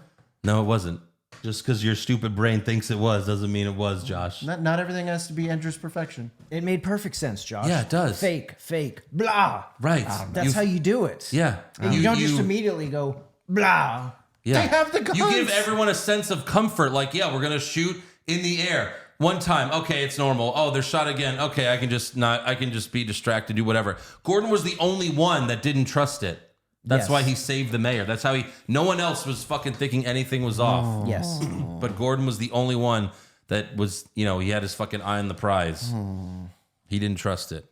So, police tell Gordon's wife that he's dead, and, obviously she freaks out, and she sees Batman there, and she yells at him, and Batman's so pissed, he just fucking goes in the club and beats up all of Maroni's men and takes them with him. And one of my favorite Batman scenes in this movie, because it's really all about the Joker, but Batman holding Maroni like 3 stories up, and Maroni's like, from one professional to another, you're trying to scare somebody, pick a better spot from this height, fall wouldn't kill me. I'm counting on it. And then he's like, ah! And that's like one of those screams where it's just like a fucking coward like screaming at anyone would falling 3 stories, but that was a cool badass Batman scene where it's like he's really starting to lose it. And seen his legs snap in half. Breaking Maroni's legs. By the way, quick little side note. When he first went in the club, raging out, did he know, was he in on it that Commissioner Gordon was okay? Or did he believe that Gordon was dead at that moment? Because it seemed like later on he was in on it. But It did seem like that, right? because it seemed like later it was like, oh, this was all our plan. But I don't think so. But in that moment, it seemed like he was just raging. And that's why that scene was so fucking cool, because usually he's all like hiding in the shadows and Batman and all that shit. And this one was just, he just walked into a fucking club and started fucking people up. No, he thought Gordon was dead. That's why he started losing his mind. Right, yeah, he had to have. Because even later he tells Den Gordon's dead, and he's like, he fully believes it. Like, he's pissed off. That's the whole purpose of him just storming that club and even throw like, Gordon's dead. I'm gonna throw Maroni off this fucking building because I'm so pissed off. Yeah. So yeah. Also, I don't think he would also visit the wife and be like, sorry. So yeah. But no, I like when he's talking to Maroni after he falls. He's like, where is he? And he's like, I don't know. He found us. He must have friends. And then Maroni's like, friends? You met this guy? It's so fucking good. And then meanwhile, Harvey hijacks the ambulance that one of the goons was in because the police caught him. It was actually the same goon that killed those other 2 people before in the apartment scene. Yeah. But Harvey takes the goon somewhere and he plays Russian roulette with him to get the info. But Batman stops him and he's like, you're the symbol of hope I can ever be. If anyone saw this, everything would be undone. And Batman tells Dent he's turning himself in, and Dent just is like, you can't give in. You can't give in! Screams, and like, So mad. this scene shows like Dent slowly turning to the dark side. Yeah. Because he's playing Russian roulette, but it's the coins is the same on both sides. That's where it's like he wasn't really going to kill the guy, but he's starting to lose his fucking mind. He was worried for Rachel. Yeah. Then Bruce tells Rachel like his plan. He's going to turn himself in, and she's like, "No, don't do that." And then Bruce and Rachel kiss. Bruce is fully on board with I'm going to turn myself in. Okay, like that's the right thing to do. And Rachel's like, "But if you turn yourself in, they're never going to let us be together." That totally fucks with his head there. Which is fucked up because after watching this movie, she had already decided. Yeah. She had already decided. She decided once Bruce didn't turn himself in. That's when she got all pissy. And she had wrote that breakup note so quick. I think she had decided early on in this movie. She had already moved on from Bruce. Yeah, but she didn't write the note until Dent turned himself in. Because she's all about like, I want to be with the hero, and then Dent's the one that sacrifices himself, so she chooses him. But she wouldn't have chosen him if he would have turned himself in. She said they wouldn't be together. She said they wouldn't. But she They wouldn't let them be together. She would still be in love with him if Bruce turned himself in. Yes, they wouldn't be together, but she would still be in love with him. By him not turning himself in, that's where she like fell out of love with Bruce. Yeah, and that's when she wrote the note. I think she had already decided before that she was in love with Dent. I think she had already moved on, and that's why this version of Rachel, I think, was less likable than Batman Begins, because I think the whole movie she had already moved on and she was just leading him on. Still kissed him. Again, she didn't write the note till later. I mean, It's a friend kiss. I've watched the movie hundreds of times. Right. But yeah, Bruce says Alfred, and that's my answer for everything. Well, I watched the movie more times. So. Okay. So Bruce says Alfred burn anything that could lead back to Lucius or Rachel. And then Alfred tells Bruce, like, what would you have me do? And Alfred's like, endure, Master Wayne. That's the point of Batman. He could be the outcast. And Bruce is like, well, nope, I can't do it. So today you get to say I told you so. And Alfred's like, today I don't want to. But I did bloody tell you. It's funny. This is a good line. It's like, I suppose they're going to lock me up as well as your accomplice. Accomplice? I'm going to tell them the whole thing was your idea. Some great humor there. Then we have the press conference that Dent holds. He defends Batman. Someone's like, but things are worse than ever. And Dent says, the night is darkest just before the dawn. And I promise you, the dawn is coming. And then Bruce is about to turn himself in, but Dent says, I am the Batman. So, Which is something I guess he's been waiting to say the entire movie. oh yeah, he fucking jizzed in his pants when he said that shit. He's like, I'm the Batman. Oh yeah. Finally, I can say this somewhere other than the mirror at my house. But it was a good plan because, like, Rachel, that's when Rachel gets pissed. She gives the note to Alfred, and then she tries to stop Dent. And he's like, this is the Batman's chance. Joker will try to take me down, and Batman will come save me and take down the Joker. Yeah, it's great. And Rachel's trying to convince him not to go through it, and he's like, he goes, heads, I go through with it. Tosses her the coin. This is your life. You can't leave something like that to chance. He's like, I'm not. And then she flips the coin around. Both sides are heads. And she's like, he fucking tricked me into getting that date. Because earlier in the movie, he's like, yeah, this coin got me my first date with you. It's like, yeah, there was never going to be a no, honey. She's like, that's not cool. No. And then she's like, yeah, you make your own luck. Another repeated line. Then we have the car chase. One of the best action scenes ever. For sure. One of my favorites of all time. They transport Dent in a SWAT truck, so Joker sends all of his men after him. One big truck sends a SWAT truck into the lake. Then Joker shows up in a big truck that says laughter is the best medicine, but he added an S in the front. Slaughter is the best medicine. Great. Then he just starts blowing up cop cars with a bazooka. And thankfully, Batman shows up in the Batmobile. And the first guy, there's a guy in a fucking dumpster truck, sorry. truck. And he just drives right under him, and like the whole fucking truck just hits the ceiling. That guy's dead. That guy's totally dead. That guy's dead for sure. He totally killed that guy. But I like the scene because, when they open the slaughter thing and they start shooting the stuff, they start with the Uzi. Yeah. Then they move to the shotgun. Right. It's like, oh, it's going to take something much more than that. And then the bazooka. Pull out the bazooka. Is that a bazooka? But I like when Batman kills the dump truck, like Joker, there's just a little thing where he's like, And it's like, just that little thing is so good for me. Maybe he does murder. So Joker fires at the truck, Dent is in, but the Batmobile takes the hit. And he saves Harvey, and Joker gets in a different truck where like that guy's, I guess that's the one no, it's not, because he destroyed that one. But there's an old guy that's passed out, and Joker's like, Harvey, Dent. Oh, excuse me, I want to drive, and just pushes him out. And then when the Batmobile turns into the motorcycle, Oh my God. no one saw that Nobody shit saw this coming. coming. That was not in the trailer. We saw that the Batpod was in the trailer, but we don't know how he got it. And then it's like, what? There was a motorcycle in this thing the whole time? Right. Oh, that was so fucking great. Fucking amazing. That was such a good reveal. Then Joker had some goons shoot wires across buildings, and it caused a helicopter to crash. Again, he's like the biggest schemer ever. Yeah. At this point, Batman's lost all control. He's like, fuck everything. I'm getting this guy. He shoots through like a mall or something, like some indoor seem like a place, mall, and yeah. people are just like jumping out of the way. He's almost hitting them. I And know then he's driving through like the row of cars, just breaking blowing all of them up. Thankfully, he didn't blow the one that those two kids were in. I know, that were also right? pretending to blow cars up, and then they're like, "What? Did we just do something?" But I like when he gets out in the street and then Joker's like, now there's a Batman. And then Batman flipping Joker's truck. That was awesome. That's quite the stunt. Non-CGI. Yeah. Fucking amazing stunt. I know they did some of the car stunts with miniatures, but I don't remember exactly which ones. But they did some of them with miniature cars and stuff like that. So that was interesting.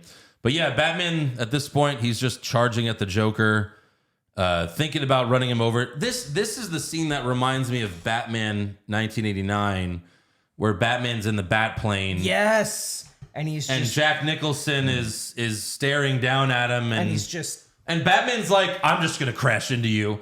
But then, Jack Nicholson shoots down the Batplane. But it reminds me of that. I think Nolan might have done it on purpose, like as just a little fucking homage thing or something. But It's a good scene. it's really good.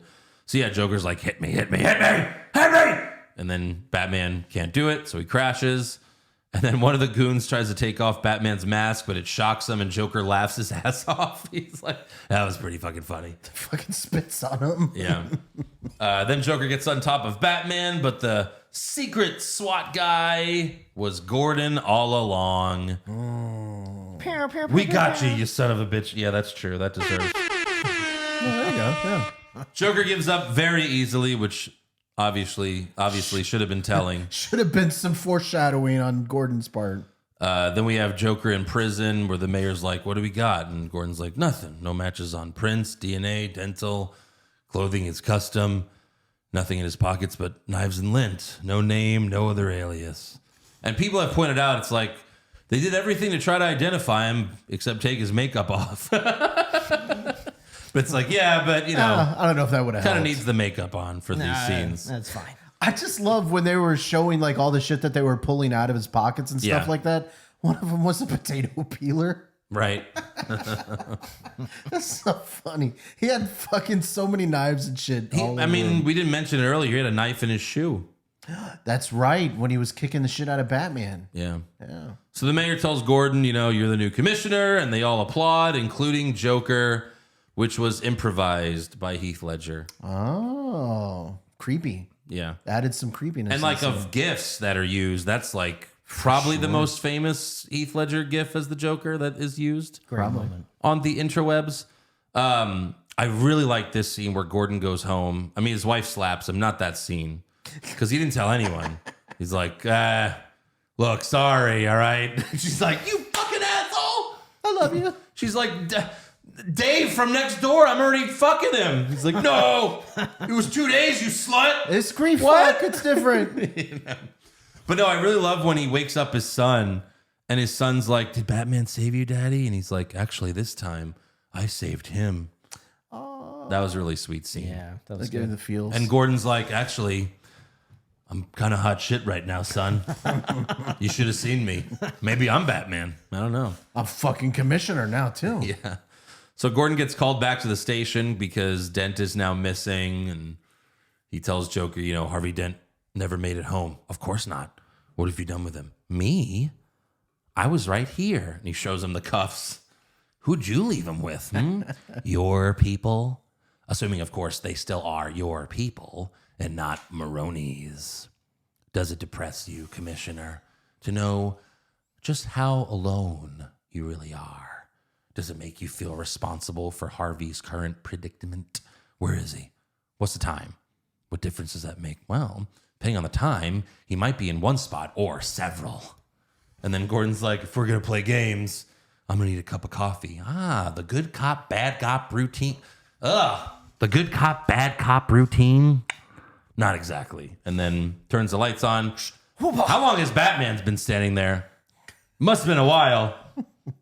Holy shit. I mean, Batman had to go in first. And then bring the Joker in. Turn the lights off. Turn the lights off. Yeah, because they had to wait for Gordon to get there too. So he's sitting there for half an hour, just patiently breathing in the background behind the Joker. Yeah. Bashes his head on the fucking desk. And he's like, never start with the head. The victim gets all fuzzy. He can't feel the next. See? You wanted me. Here I am. I wanted to see what you'd do. And you didn't disappoint. You let 5 people die. Then you had Dent take your place. Even to a guy like me, that's cold. And look, do you want me to do the fucking thing again? Those mob fools want you gone so they could go back to the way things were. But I know the truth. There's no going back. You've changed things forever. Then why do you want to kill me? I don't want to kill you. What would I do without you? Go back to ripping off mob dealers? No.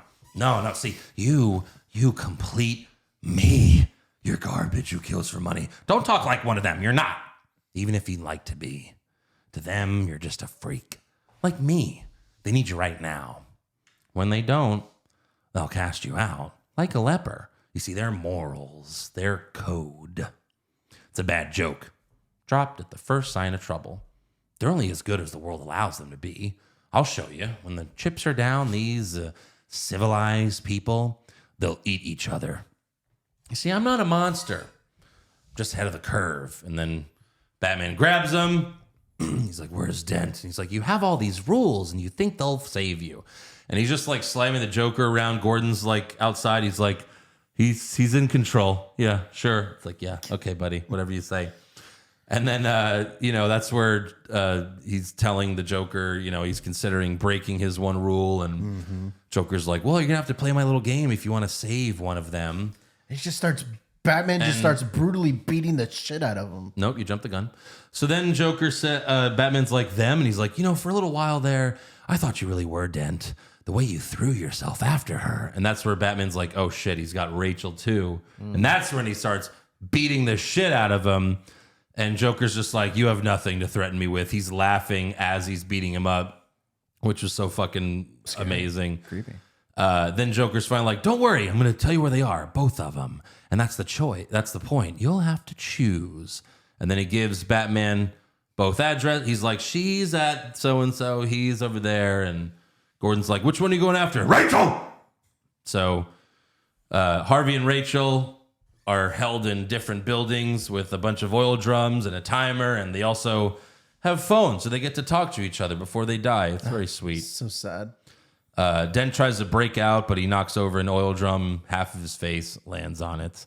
One of the cops thinks he's going to beat up the Joker, but Joker baits the cop, and he's like, how many of your friends have I killed? And then the cop kind of goes into this little thing. And he's like, you killed 6 of my friends. And then Joker just goes, 10. Like, actually killed 10 of his friends. And then Is that what he said? I always thought it was he like, goes, ow, I did. No, he goes, 10. Oh, like 10 of your friends, actually. And then that's where he does you want to know why I use a knife? Guns are too quick. You can't savor all the little emotions. You see, in their last moments, people show you who they really are. So in a way, I knew your friends better than you ever did. So fucked up. Would you like to know which of them are cowards? And yeah, so the cop goes after him, but he's got a broken piece of mirror next to him after where Batman slammed his fucking head. Then he's holding him. The cops are like, what do you want? He's like, I just want my phone call. So he makes the phone call. The fat goon explodes, kills everyone. The guy early's like, my insides hurt. And they're like, what the fuck's wrong with this guy? Oh, he's got his bomb in his stomach. No problem. Boss said he was going to turn my insides and make it a happy cloud. Boss said he'd make the voices go away. Said he'd replace them with bright lights like Christmas. Yeah, well, he sure did. Everyone's dead except for the Joker and Lau. He kidnaps Lau. Rachel tells Dent she wants to marry him. She chooses him. Batman enters the building thinking it's Rachel, but he finds Dent instead because Joker swapped the addresses. Oh, the devious fucking Joker. And Batman's like pulling Harvey out of the building. Harvey doesn't even want to leave because he's got Rachel on the line. And he's like, Rachel, Rachel. And fuck, man. Rachel dies. That was a shocker. That's where I was like, what? What just happened? This is a great payoff because this is such a movie trope. Like we saw this in, what was it? Batman Forever, where there was Robin and was it Nicole Kidman? Yeah. And it's like, well, obviously neither of these people are going to die. This is a Batman movie. Right. Nope. They did it in this one. They did it. Yeah. Rachel's dead. Holy shit. I was shocked. Then the building Harvey was in explodes, and because he's got the oil in his face, sets half of his face on fire. Joker then kidnaps Lau. Like, he goes over to the Lau's cell, and Lau's just like clinging to the fucking jail cell. He's so scared. And Joker just rings the keys, and he's like, hello there. And Lau's like shitting himself. Also, the fucking shot of Joker hanging out of the car window, the cop car window. It's great as he's driving around. No, he's not driving. He's in the back seat. He wasn't driving? No, he's in the back seat. he's in the back seat, Josh. Yeah, but the door was open. I could see him swinging around. No. I always thought he was driving in that No, scene. that's how he was so in the moment. He was just hanging out the window like, Yeah, he was I in the always thought he was driving. he was in the back seat. Yeah, that's why I always thought it was so weird. I thought he was sticking his head out the back window. I don't know. It's always- no, he No, couldn't. he's not driving. No, he Josh. couldn't be a responsible driver and a lunatic at the same time, Josh. I don't think he was very responsible at all in this movie. So you're claiming you're right again. So I've seen the movie how many times, but you're going to claim that you're a right. bunch of times too. I'm just saying. I'm shocked. I always thought Yeah, he was. In the back Interesting. seat. No, he wasn't driving. Interesting. But awesome shot. Batman finds Dent's coin from Rachel's building, leaves it at Harvey's side in his hospital room. Dent later wakes up and finds one side of the coin all fucked up now because of the explosion. And that's another great scene because he's screaming, but we don't hear it. It's just like this really loud, like ominous tone that it's so loud, but it's just that whole fucking shot like speaks volumes because he's in so much pain, but you don't hear him. Then Gordon visits Dent, and Harvey makes him call him the name that he had. He was like, remember that name you all had for me in Eternal Affairs? What was that, Gordon? And he's like, oh, Harvey, come on. He's like, say it. Say it! And then he's like, Two-Face, Harvey Two-Face. And then he's like, why should I hide who I am? And Gordon apologizes. He's like, I'm sorry. And he's like, that's when we finally see his face. And he's like, no, you're not. And we didn't see Two-Face until the movie. They hinted at it in the trailers, but we never saw his actual face. Everyone was kind of like worried, like, oh God, what's that going to look like? I hope it doesn't look like Tommy Lee Jones. But it was like one of the few things they used CGI for, and that was Harvey's face. He was terrifying for sure. And it looked great. Oh, Two-Face was a great villain in this. He was really good. Yeah. So then Maroney's had enough of the Joker. He tells Gordon where Joker is. Alfred reads the note. Rachel left Bruce saying she's going to marry Harvey. And then the scene of Bruce crying to Alfred, where they shot that scene, that's the same room that my sister got married in. Oh, wow. Like that's, well, so outside that room, it's like fucking 20 stories up or whatever. Like they got married outside. Then the rest of like the reception was inside that room. So that was really cool. Because like a lot of the movie was filmed in Chicago. That's right. Nice wedding, Jewel. Nice wedding. Yeah, it was good. It is kind of funny how Gotham moved over the years. Because in the next movie, it's in Pittsburgh, right? A lot of it is. Yeah. He wanted every movie to look different. Like, Yeah. but no, that scene where Alfred brings Bruce, he's like, I prepared some supper. And he's like, Bruce doesn't say anything. He's like, very well then. That's the same scene in Batman Begins when Bruce's parents are killed.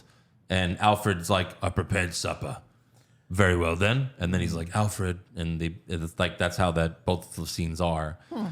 And he tells Alfred, she was going to wait for me. And Alfred takes the note back and tells him, oh, this could wait till later. Doesn't tell him what it is. And then Bruce asks Alfred, did you catch that bandit? And he's like, yes. How? We burnt the forest down. It's like, Killed a lot of villagers. like just telling Bruce, like, well, that's kind of what it takes. You got to be just as crazy as the other crazy motherfucker. So then we have Joker. He found all the fucking money. He's at the top of it's a giant pile of money. My God, Scrooge McDuck is coming in his pants seeing all that money. And like, who wouldn't want to slide down a giant pile of money? Right? And he did it so great. I told you, I'm a man of my word. Slides down. Where's the Italian? I love that. And also Lau's on top. He's throwing the money at Lau. Like while the Russian guy's like, what do you do with all your money? See, I'm a guy of simple tastes. I enjoy dynamite and gunpowder and gasoline. And you know the thing they have in common? They're cheap. And they start pouring the gasoline all over the money. the Russian guy's like, thought you were a man of your word. And he goes, oh, I am. I'm only burning my half. But then he sets all of the money on fire. He's like, no, I'm only burning my half. Then immediately he's like, yeah, I just lied to you. Go fuck yourself. I remember the first time I saw it, I was like, wait, he just said I'm burning my half. Was that only half? But no, that was all the money. Then you have to also remember, Lau's at the top. Yep. Oh yeah, no. So he gets burned alive. For sure. And that's another thing about how this scene could have been a little better if it was rated R. Right. Because they couldn't even have Lau screaming. Burning to death. Even not even showing it. They couldn't have him screaming and burning to death in a PG-13 movie. But it's like, yeah, he set him on fire. Yeah. He's dead. Then fucking killed the Italian guy and fucking just started going through. He didn't kill the Italian guy? That guy was Russian. Russian, Italian. Maroney's excuse me, sir. I'm sorry. Bad. They killed the bad guy. Yeah. He fucking has his guys take him away, and then Joker's like, I'm going to steal your dogs. These are my dogs now. Why don't we cut you up and feed you to your pooches? And then we'll see how loyal a hungry dog really is. It's not about money. It's about sending a message. Everything burns. And then Joker calls into the GCN show, and I guess he was the only caller. They let him right through. Like it was like a fucking cold call. The guy's like, "Who is this?" And because that fucking Wayne Enterprises douchebag was gonna tell them all who Batman is. Right. And then they kind of slow played it when they came back to GCN. Yeah. It didn't start like it's Bruce Wayne. They had to, Well, no, he didn't say it yet. I know, but Yeah, they had he to like never said lead it. up to it. I was hoping he would do the right thing. Well, but it's for ratings, right? You obviously gotta. he wouldn't, You'll find out who Batman is right after this. Commercial break. So Joker's like, I don't want Mr. Reese spoiling all the fun. No. No, he goes, I don't want Mr. Reese spoiling everything, but why should I have all the fun? Let's give someone else a chance. If Holman Reese isn't dead in 60 minutes, then I blow up a hospital. And of course, everyone's panicking. Gordon is prioritizing Gotham General because that's where Harvey is. And Alfred's like, will you be taking the bat pod, sir? It's like, middle of the day, Alfred, not very subtle. The Lamborghini then, much more shadow. And then we see like a 30-second Lamborghini commercial, which was cool. That was also like a quick 30-second, no, not even, like a 10-second trailer. Yeah. That was like a TV spot for a while. It's like, the Lamborghini then, yes, Master Wayne. Yeah, sure. for all the people watching that can afford the Lamborghini. And then Alfred does some research. He finds one cop. He has a wife in the hospital. And coincidentally, it's one of the three cops that's with Mr. Reese and Gordon. And Gordon stops the one cop from shooting Reese. And then Bruce sees another guy that looks like Brett Favre. It was like they were like, yeah, get this guy. I want Brett Favre. He's not available. Well, get me this guy. He looks just like Brett Favre. He tries to crash into them. So Bruce gets in front, wrecks his Lambo. And Gordon tells him, he's like, that's a pretty brave thing you did. And Bruce is like, what, trying to catch the light? He's like, you weren't trying to stop our truck. He's like, why? Who's in it? And then he's like, you think I should go to the hospital? And Gordon's like, you don't watch a whole lot of news, do you, Mr. Wayne? Like, he's still covering his ass. You're just a fucking dumb rich guy, huh? Yeah. Okay. What a piece of shit. So then a cop goes in a Dent's room because it's time to remove him, but Joker was dressed as a nurse and shoots him. Fucking great. Great. And then Joker reveals himself to Dent, and there's another thing people criticize this scene because Joker, obviously you could tell it's Joker with the surgical mask on. Sure. But like Dent is just waking up. They're like, how did he not know it was Joker until he took the mask off? But Dent was like waking up, so he wasn't all with it at that point. Yeah, still a little bit groggy and whatnot. Then he takes off the mask, and Dent's like, what the fuck? And then he just sits down and he's just like, hi. So fucking good. I don't want there to be any hard feelings between us, Harvey. When you and then he forgets her name, Rachel, were being great. abducted. I was sitting in Gordon's cage. I didn't rig those charges. And then Dent's like, your men, your plan. And this is where Joker, the person he fucks with the most in this movie is Harvey Dent. He goes, do I really look like a guy with a plan? It's like, yes, you are the biggest planner, the biggest schemer of them all. Yeah. Do I look like a guy with a plan? You know what I am? I'm a dog chasing cars. I wouldn't know what to do with one if I caught it. I just do things. The mob has plans. The cops have plans. Gordon's got plans. They're schemers. Schemers trying to control their little worlds. I'm not a schemer.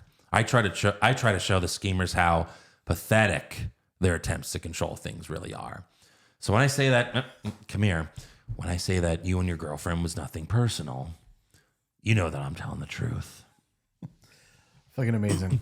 Then Joker takes off Dent's restraints. Dent tries to go after him, but he grabs him. He's like, I just did what I do best. I took your little plan and I turned it on itself. Look what I did to this city with a few drums of gas and a couple of bullets. You know what I noticed?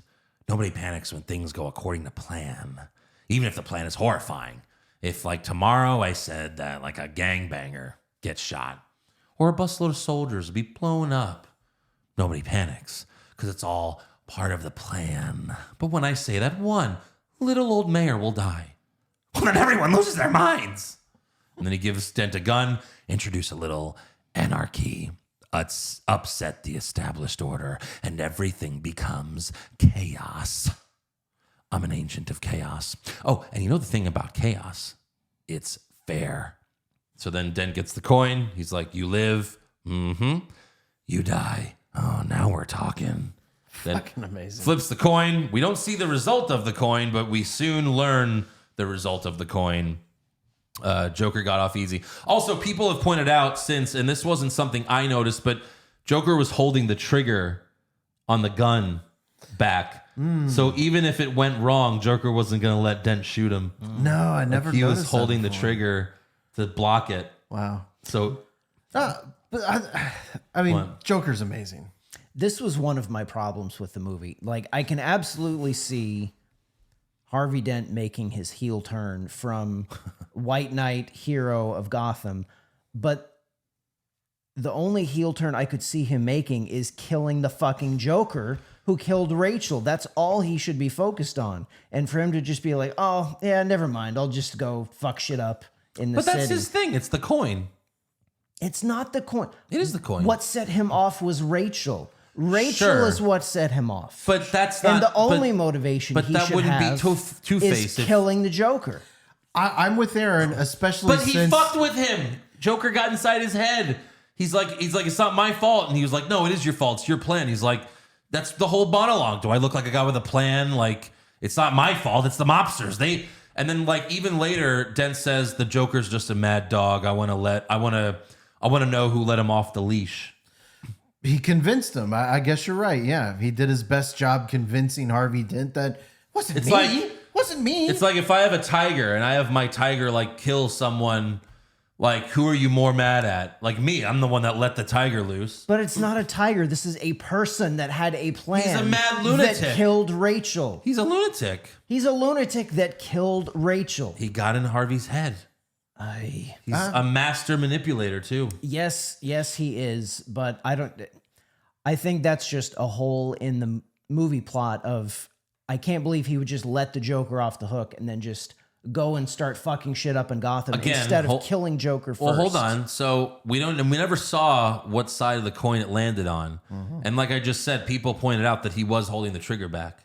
So he could have just like taken all the bullets out and walked away and left, I don't Maybe. know. And plus, I could see it in. But even if that did happen, why wouldn't he have immediately gotten out of the hospital and then gone after the Joker instead Well, of yeah, that's true. But going and fucking other shit because he up? later says, yeah, like Joker's just a mad dog. I want whoever let him off the leash. Now, I could see him fucking other shit up after he killed the Joker, but that should have been the first thing he did was, I'm killing Joker first, But that's why he had the coin. and then we'll go fuck other but shit that's up. why he had the coin. yeah, I kind of see it as part of his character. I mean, It is. That's his whole thing. It's not Two-Face if he doesn't use the coin. Right. Joker convinced him. He tricked him. That's what Two-Face is, but this Harvey Dent, it was just hard to buy that particular character turn for me. All right. Anyways, Joker lives. He leaves the hospital, and he wasn't a man of his word because he still blows up the hospital even though Mr. Reese lived. And God, this fucking scene. You could argue this is the best scene. There's no dialogue. Joker's walking out of the hospital as it's blowing up, and he's not looking. He's just like kind of holding his arms out because there's hostages that are watching this. And he's just like holding his arms out like, look what I did. Look what I'm doing. Blowing up this hospital. Aren't I badass? And then the hospital stops blowing up. And he fucking turns and he's like, he just like holds his arms out like, what the fuck? And like, I'll never forget this. Seeing this with my family, my dad's in the theater, when he turns and looks at the hospital and nothing's happening. And he just is like, my dad's like, oh, he's good. Like, oh, he's good. And then like him just like fucking with the detonator, like, and then it finally blows up. And it even scares him because it's really blowing up in real life. They blew up this building and they only had one take to do it. And the best part is there was an urban myth for years that whole scene was the explosions didn't go off right, and Heath Ledger was just playing it off and making the best he could of the scene when the whole thing was planned exactly as it went. That's how good it went. No, it was That's how great. brilliant it was. It was great. Heath Ledger played it very, very well. Yeah. So then Joker takes the hostages and the GCN news reporter tells everyone, get out of the fucking city or you're going to join the game. Meanwhile, Two-Face finds one of the crooked cops, flips a coin, shoots him in the face. That's his first kill. Then Two-Face gets in Maroni's car. And if you never noticed this before, like go rewatch it. When Maroni's before, like the first second of that scene of Maroni getting his car, there's another guy getting in the other side and Dent hits him in the back of the head with a gun.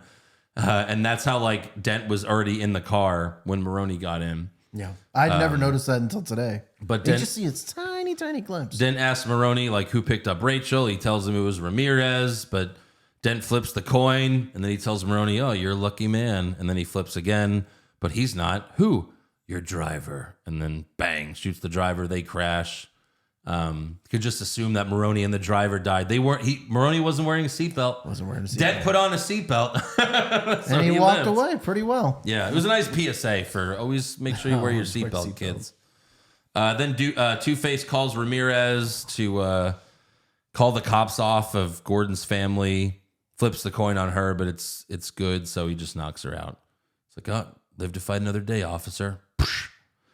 Then Batman shows Fox that he hacked every cell phone in Gotham because he's got to find the Joker. And I guess, well, that's earlier in the movie where he said, I'm playing this close to the chest. Right. And Fox is like, this is too much power for one person, so I'll help you this one time, but consider this my resignation. And Batman's like, oh, but giving me a tank, that was cool. Gave me a fucking tank to... Well, that was fine, Fox. That's not invasion of privacy. That's where he draws the line. Excuse me. So he's like, when you're finished, type in your name. Then we have the final act, the two big boats. They put citizens of Gotham in one, a bunch of prisoners in the other, and then Joker gets on the PA system of both boats and tells them the deal. He's like, tonight, you're going to be a part of a social experiment. And each boat has the remote to blow up the other boat. At midnight, Joker blows both of the boats up unless one boat blows up the other first. So the citizens decide to vote on what to do. And they're all talking like tough people, like, yeah, let's blow it up, let's blow it up. And it's like, all right, let's have a vote. So they vote to blow up the prisoners. But the guy that has the trigger doesn't have the balls to do it. No one really has the balls to do it. There's this one like asshole who's like, no, I guess I'll have to do it. But then he can't fucking do it either. Yeah. Meanwhile, the prisoners just obviously want to blow up the citizens. And the one guy has the trigger, and then Tiny Tom Lister. Oh, Debo. A.K.A. Debo, a.k.a. Zeus from No Holds Barred. Debo saves the day. R.I.P., by the way. Rest in peace. Oh, yeah. He walks up to the guy, and he's like, you can't take a life. Or, you don't want to die, but you can't take a life. Give it to me, and I'll do what you should have did 10 minutes ago. So the guy gives it to him, and then Tiny Tom, his redemption story, throws the trigger out the window. So that was kind of cool. What's cool? Best of humanity, oddly enough, was in the prisoners. Yeah. Fox triangulates Joker's cell phone, tells Batman where he is. Dent calls Gordon and tells him that he has his wife and kids. So Gordon goes after them. Joker then had all the hostages in the building dress up as goons, and the goons dressed up as the hostages. And when Batman flies in, he figures it out, but the SWAT team doesn't know, so Batman has to beat up the SWAT team and the goons. And he does, but the SWAT ends up having their guns pointed at Batman, but then he kicks one of them off the ledge, and they're all, somehow he connected all of them to the same wire, and they all just ended up like hanging there. So Batman was able to get away from them, but not kill them. Then he just fucking takes out his grapple hook, goes all the way to the top where the Joker is, and he now has the Russian mobster's dogs. The dogs take Batman down, but I guess he has no problem killing dogs. He just threw them off. Luckily, he just threw them down the elevator shaft. Yeah, dogs don't have souls. So Joker's attacks also caused Batman's mask to go blind because he was using that new sonar technology. All right. And that's how Joker like ends up getting the drop on him. I like when he got the vision back and then Joker just immediately is like right in his face, whacks him. And then he traps him under, I don't even know what you would call it, but he traps him under something. Like a rail? Some sort of rail thing. And he's on top of him. And he's like, we really should stop all this fighting. Otherwise, we'll miss the fireworks. There won't be any fireworks. And here we go. But of course, none of the boats blow up. Joker's all pissed. And Batman's like, what were you trying to prove? That deep down, everyone's as ugly as you. You're alone. And Joker's like, you can't rely on anyone these days. You got to do everything yourself. Don't we? That's okay. I came prepared.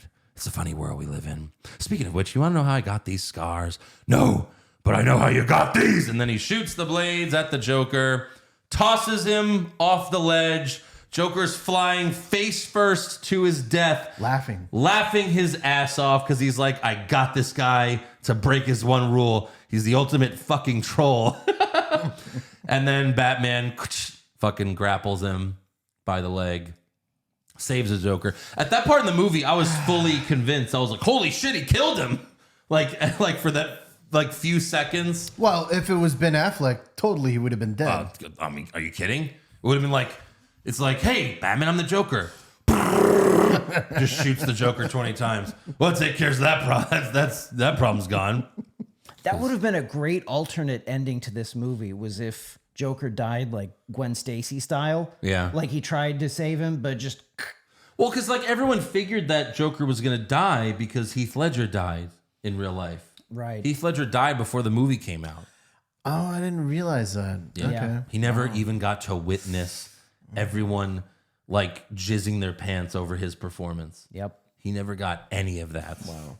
That fucking sucks. So yeah, Batman saves him. Joker's like, oh, you just couldn't let me go, could you? This is what happens when an unstoppable force meets an immovable object. And I feel like this part is just such an homage to like the entire history of Joker and the Batman. Sure. Because he's like, you truly are incorruptible, aren't you? Huh? You can't kill me out of some form of self-righteousness. And I won't kill you because you're just too much fun. Like, what a fucking great... And then he goes, I think you and I are destined to do this forever. Like, that alone is like, oh my God. Like, that's just so good. Batman's like, you'll be in a padded cell forever. Maybe you could share one. And then he tells Batman, like, you didn't think I'd risk losing the battle for Gotham's soul in a fist fight with you. No, you need an ace in the hole. Mine's Harvey. Batman's like, what did you do?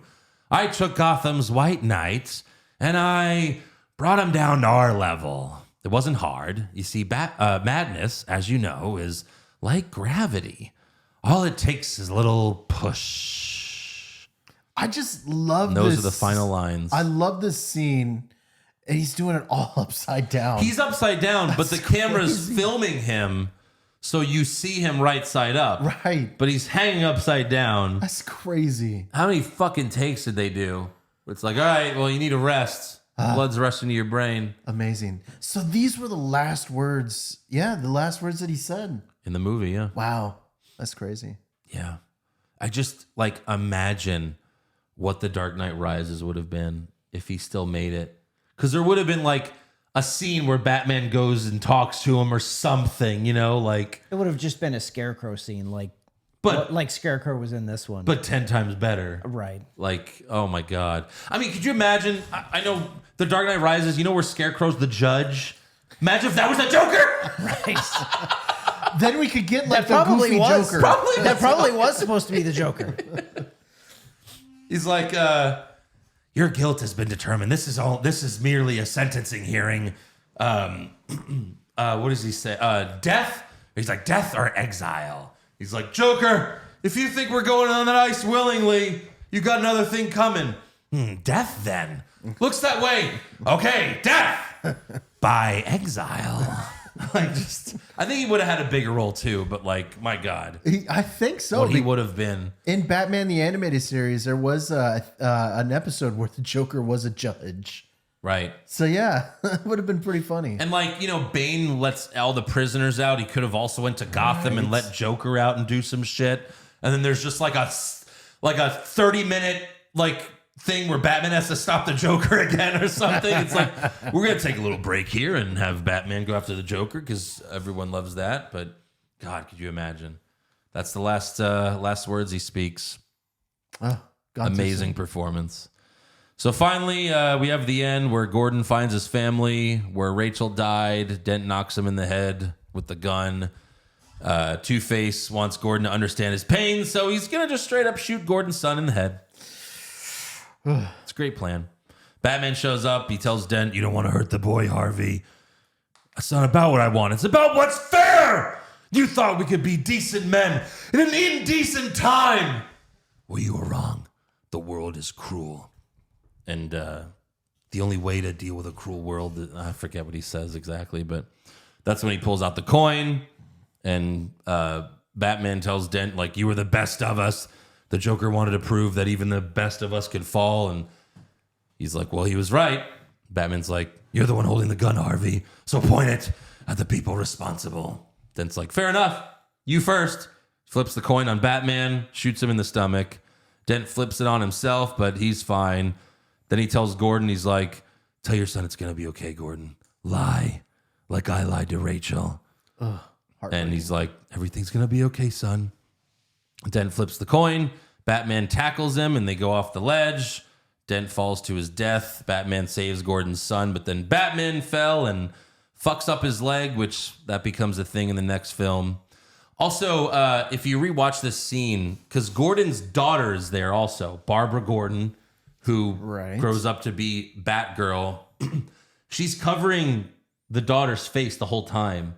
So that, like, we never really see like a Barbara Gordon in, like, that's all you see of her. But like, she's purposely covering her face. They never say Barbara Gordon or anything like that. Yeah, it's all about the son in right. that moment. Like, you don't even see the girl's face at all. I never noticed that before. So yeah, Gordon goes after Batman. Batman's okay. His leg's just fucked up. And he tells Gordon to blame Dent's murders on him so that the people of Gotham won't lose hope. And he repeats Dent's line from earlier, you either die a hero or live long enough to see yourself become the villain. And then the fucking closing montage shows Gordon honoring Dent, calling him a hero. He's destroying the bat signal. Alfred burns the letter that Rachel left for Bruce. Fox enters his name in the cell phone hacking system, and it all starts to blow up, and he smiles. Then the cops chase after Batman, and Gordon's son asks, like, why is this happening? And Gordon closes the movie with, he's the hero Gotham deserves, but not the one it needs right now. So we'll hunt him because he could take it, because he's not our hero. He's a silent guardian, a watchful protector. The Dark Knight. Dun, dun, dun, dun, dun, dun, dun, dun. I've got tears in my eyes watching this for like, I don't know how many 100 times, but this fucking movie, man. I'm like, what a fucking movie. It's a great movie. Yeah. Really, really, really good movie. And yeah. I mean, the movie belongs in a museum. I mean, there's no way to even debate it. Yeah. I have a personal issue with this. Mm-hmm. It's the one of these movies, well, really two of these three movies, where when you watch a superhero movie, the hero is supposed to end the movie. He's still the hero. He's still standing tall. Everything's great. He saved the day. But Joker won in this fucking movie. He didn't. He absolutely No, because did. they lied to everyone and said Dent is still the hero. Right, but look what he had to do. True hero. He killed Rachel. He had to have the entire city of Gotham turn against him. Like, Well, Joker's a good enough villain. There's going to be consequences. Right. It's like Thanos. Like, yeah, you beat Thanos, but Right. some people died along the way. right, but that was my issue with this movie was they made Joker so good that he really I think you could make the argument he beat Batman. He won this fucking movie. Batman lost Rachel. He ended up hunted and a villain at the end of this movie. He did not win. But Bruce didn't care that everyone hated Batman because he was just like, Batman, Batman is whatever Gotham needs him to be. Well, I did. I sure as fuck cared. God damn it. But it sets up the next movie so perfectly. Because in the end, It's they his all redemption. love him. yeah, And it it's a sets it up story. great. He gets Now, a redemption afterwards. yeah, it sets it up perfectly. Now he's a broken man and he's miserable and he's old and No, crippled. I didn't mean that. It He's sets up the... hiding in his mansion and sets nobody up the- loves him. It's great. Look, we'll talk about that next week. I mean, the beginning. Yeah, the beginning sucks for him. But at the end, he gets a happy ending. So look, I'll say this. I saw this movie once in theaters. This is the first time, and it came out in what, 08? Yes. 08? So this Yes. is 14 years later. Yeah. I could not believe how good this movie was. Yeah. I forgot. So you apologize. No, I don't. You apologize? No, I don't. You're ashamed of yourself. No, I'm not You ashamed should be. of my nope. The movie should be in a fucking museum, but they made the Joker too be in my fucking house. good. Batman, this is the problem, is Batman is always Batman. He's always ahead of every villain. But- Batman is a fucking human with no powers. This guy can beat Darkseid. This guy can beat Superman. This guy can beat everybody. And they wrote the Joker so fucking good in this movie. Joker has beaten Batman before. He thought he killed Robin. He turned Robin against him. Joker is like the only villain that's kind of like on Batman's level. Well, right, but in Yeah. the comics, you can write that and then end up having Batman come around and stand tall. In this movie, this is it. This is all we had was this movie. And we never really saw Batman stand tall over Joker in this. Joker won this movie. It's a movie with consequences. I don't know. This version of the Joker, I think, is good. Like if it was the Jack Nicholson Joker that was getting the same type of treatment here, or any other type of Joker, I think that would be a valid point. But this Joker was so gritty and so I'm not so arguing that. ruthless. This is the best Joker there's ever been. But yeah, No Jack one's ever- Nicholson's Joker, while it was great, his plan was to fuck Vicky Vale. Right. That was his ultimate goal. Jack Nicholson's Joker was great, but He no just one's- wanted to fuck. Come on, nobody's ever touching Heath Ledger's No. Joker. No, that's No, not the even fact up that for they even debate. tried to do the Jared Leto thing was just so No, offensive. That's not what I'm saying at all. No one's ever touching Heath Ledger's Joker. I'm Yeah. just saying they wrote him so good and so ahead of the curve. Batman should have been able to outsmart him at the end because he's fucking Batman. That's what he does. Yeah. And that was my issue with this movie. Look, he didn't turn Batman evil. He tried. He failed at that. He thought he was going to turn Batman evil. He thought he was going to turn the city of Gotham on each other so that they blow each Right. other up with the boats. He failed there. That's right, but Batman still outsmarts everybody. That's what he does. But That's he what got Batman Harvey is. Dent to turn bad. That has nothing to do with Batman. That's who Harvey Dent's meant to be. He's meant to be Two-Face. All right, well, agree to disagree.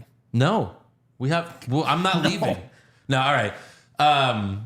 So yeah, like I also wish there was. I think I've said this before. I wish there was a special edition where I could watch every single take that Heath Ledger did in this movie.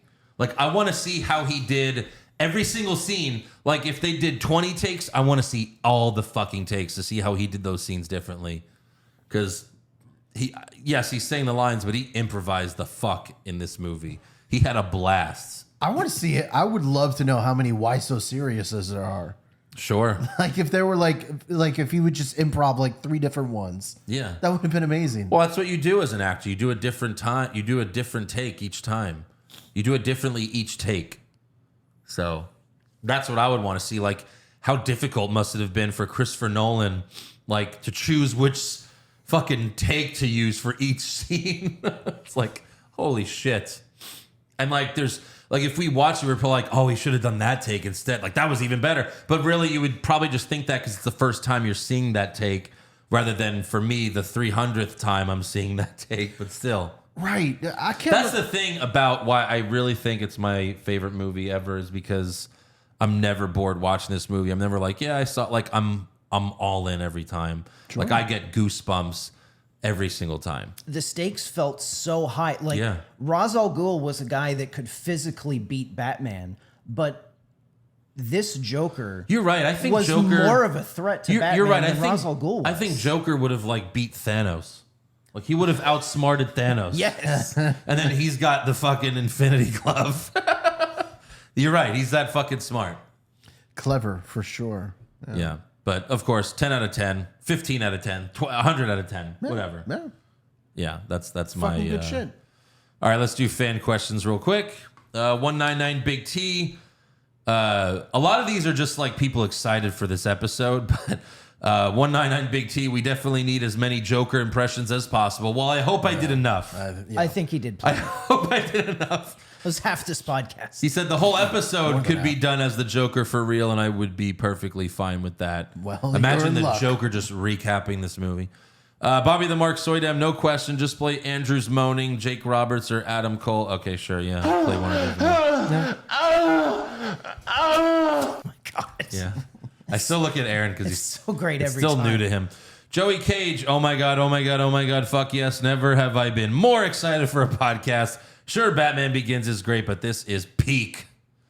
Dylan, can I please have Josh or Andrew reenact the scene where half of Harvey's face is on fire from the warehouse explosion? He's screaming, Rachel! Rachel, no! There you go.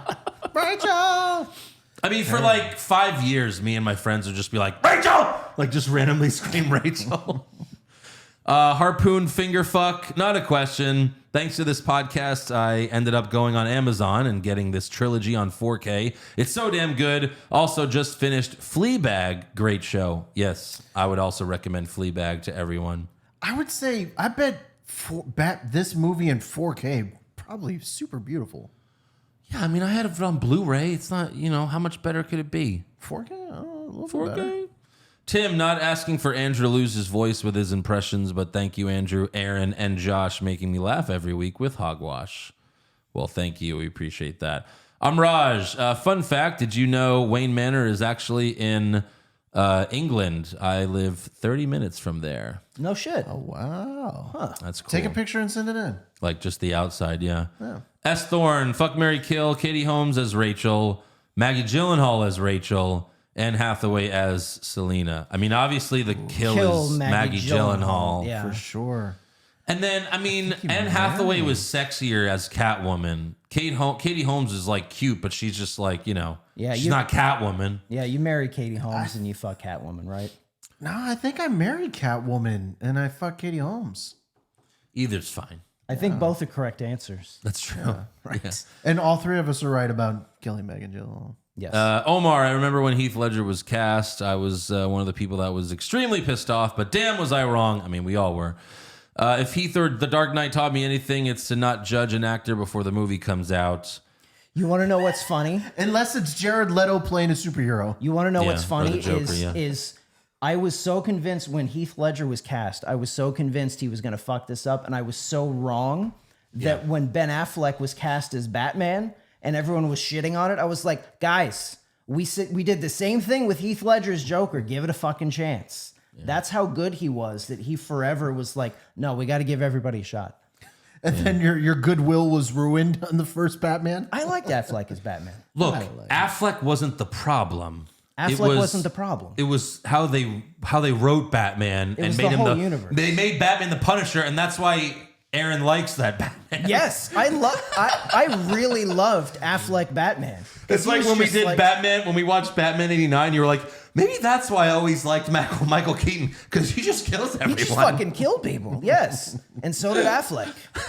It's amazing. Affleck killed a lot of people. He killed a lot of people. It was great. Steven with a V, match the crew of What's Wrong with Wrestling and Aaron with the Batman villain they'd be cast as. So we have Joker, Bane, Riddler, Penguin, and Two-Face. I mean, I'm obviously the Joker, right? okay, so I'm the Joker. You're Joker. Josh would be the Penguin for the sure. Penguin? Like the Danny DeVito version. No. You bite someone's nose off. I could see myself doing that. I'd be Two-Face, I guess. Oh, you'd be good. Yes. Or the Riddler? Because Aaron's like a pretty calm guy, but like he can get pissed. When and I get mad, I get fucking mad. he gets mad. And it's like, who is this person? Yes. Two-Face. I've seen you So- during fantasy football. So who's Eric and Joe? I would say Joe's Bane. He's got the biggest muscles, so I guess he should be Bane. Sure. And then Eric could be a Riddler, the Riddler, or whatever. Sure. Yeah, that works. Sure. Carlos Ramirez, I love this film. I wish I could watch this movie for the first time again, mainly for the Two-Face reveal. It was shocking and intense. I was not ready for it. I hope Matt Reeves can do a good Two-Face with just makeup and hopefully as the main villain so he can truly shine. I just wish I could see the Aaron Eckhart Two-Face reveal again for the first time. Right. Like what? Yeah. Just that moment. Mikey to Crikey, movie bracket ideas, worst sequel. Pushfire Barry dance scene? What was it, worst sequel or we Pushfire Barry the dance scene? Like a sequel to the dance? I don't know. But he's got John Travolta and Uma Thurman in Pulp Fiction. John Hader is it Hader? Or the guy that played Napoleon Dynamite. Oh, right. Yeah. John Whatever. Peter. John Heater. Yeah. Napoleon Dynamite, his dance, and then Nick Swartzen and Grandma's Boy. I never saw Grandma's Boy. I dance saw did he Grandma's do? Boy, but I don't remember a dancing scene from that. Yeah, I don't That was a remember. great movie, but I don't remember a dancing Oh, the scene. DDR scene, maybe? When he beats the guy in DDR? Maybe that's what he means. I forgot about that scene, I guess. he beats this kid in DDR. But Pushfire Barry dance scenes, I don't know. I don't really care. I mean, I would just push Pulp Fiction. Yeah, you got to push Travolta. Uma Thurman. Yeah. Yeah. St. Lopez, you guys watching these movies made me think of other great trilogies. So have a Pushfire Barry, Back to the Future, the original Star Wars trilogy, and the original Indiana Jones trilogy. Oh, shit. That's good. Shit. Damn, those are all three good. For me, I'm pushing Back to the Future, even though the third one was kind of lame, but the first two were so good.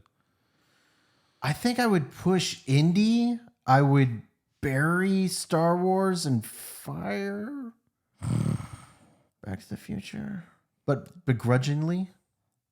See, I really haven't seen the Indiana Jones films all the way through. I would push Indy. I would bury Star Wars and fire Back to the Future only because Back to the Future 3 was such a letdown Really from the first two. bad. The first two were perfect movies. Yeah. And then 3 was just blech. Fair We're enough. on the same wavelength. Okay, nice. Do we have the same answer? We did. Oh, gross. That's not good. that's good. That's not Aaron. That's not good. Same wavelength. Sam Stu, Josh, do you think Robert Pattinson's Batman would make this movie even better? No.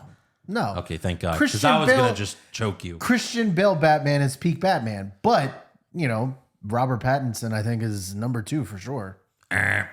PCJ, love this movie. I went to Chicago in 2022 and drove down the same street. They flipped the truck. I also took a boat tour right next to the two buildings that the robbers zip-lined to and from during the opening bank robbery scene. Didn't realize the bank was actually a post office that they used. He says, what real locations would you want to visit from some of your favorite films? I mean, this one, like you did. I kind of want to do that tour now. Yeah, it does sound cool. I would want to go What other see- movies have some great locations? I've always wanted to see Nakatomi Tower in California. To be honest. From what I've heard, I saw some article a couple of years ago that building, it's like exactly the same. Like Yeah. they haven't updated it. It hasn't changed. Like you can like one of the railings where the car ran into, it's like it's still busted. It's gone. Like they haven't changed the building at all. That's funny. My uncle goes to California quite often. He posts a picture of fucking Nakatomi Tower every year. I haven't been. I want to go there one day. I mean, any of my favorite movies, I would be thrilled to see the locations that they filmed. So really, any of my favorite movies. I've got 100 different answers I could give, but one kind of lame one maybe. The baseball field from both baseball fields from Field of Dreams and Sandlot. Oh yeah, I think those would be fun. right. Well, you could go there whenever Major League Baseball does their their annual game. Yeah. Yeah. I'm sure those are easy tickets to get. Yeah. Like 10,000 people. Jesus. KJ, tied for my favorite movie of all time. I reviewed this for a podcast recently and realized that the movie is actually not revolving around Batman or the Joker. It's actually an arc of Harvey Dent. It totally is. I was thinking that same fucking thing this whole movie. Batman and Joker enter and leave the same way, but Dent completely changes. What a masterpiece. It's absolutely correct. Totally is. You see the slow turn of Harvey Dent. Yep. Descending into madness. Casey Bailey, what is your favorite scene in this movie? Personally, for me, it's the mob boss meeting that's crashed by the Joker. I mean, it's gotta be that, or like just the montage of Joker having everyone killed and then showing up to the party. But I think it's the mob boss meeting because it's the first time where you like, holy shit. I mean, the pencil thing, the monologue is just so good. Was the favorite scene was the question? Yeah. Favorite scene, that one or the car chase through downtown Chicago? I mean, that's the thing. This movie That's is great. just fucking 2.5 hours of every scene is amazing. Yeah. There's like 100 scenes that could be your favorite. Even the fight scene in China, that's great. Mine was after seeing him growing to be Batman in the first one, like the very first scene you see him where he shows up to fuck up Scarecrow, where he's full strength, prime Batman. Yeah. That was pretty fucking cool. Absolutely. And then Ricardo asks, who is the best Batman? Oh, Christian Bale. Michael Keaton. I knew he was going to say that. Wow. I can't argue with that, but I would still say Christian Bale. That's not I can't argue with Christian Bale because Michael Keaton and Christian Bale, it's like 1A and 1B, and Right. there's not really a wrong answer. Yeah, unless you're Josh and you say Robert Pattinson. Robert Pattinson. Oh, Josh. Certainly 1B. 1B? 1B. So he's not even 2, he's 1B. You know what I'm saying? He's the next level of Batman. But is he He's that right close to underneath. Christian Bale? He's definitely above Michael Keaton, in my opinion, for sure. There's a hierarchy for sure. Josh, I think you saying that alone gets you demoted to this chair. You don't want to be in the middle, Aaron. You know how many Eric's been complaining for years on what's wrong with wrestling. We'll switch it up. He hates it. Anyways, thank you for the fan questions. Yes, this podcast was this was a super long podcast. So hope you guys enjoyed it. Make sure you subscribe wherever you're viewing us. We have exclusive videos on the YouTube channel. Follow the show on Twitter, Facebook, Instagram, and TikTok at Hollywood Hog Pod. And next week, we complete the trilogy. Yep. Of course. With The Dark Knight Rises. I'm Batman. The fire rises.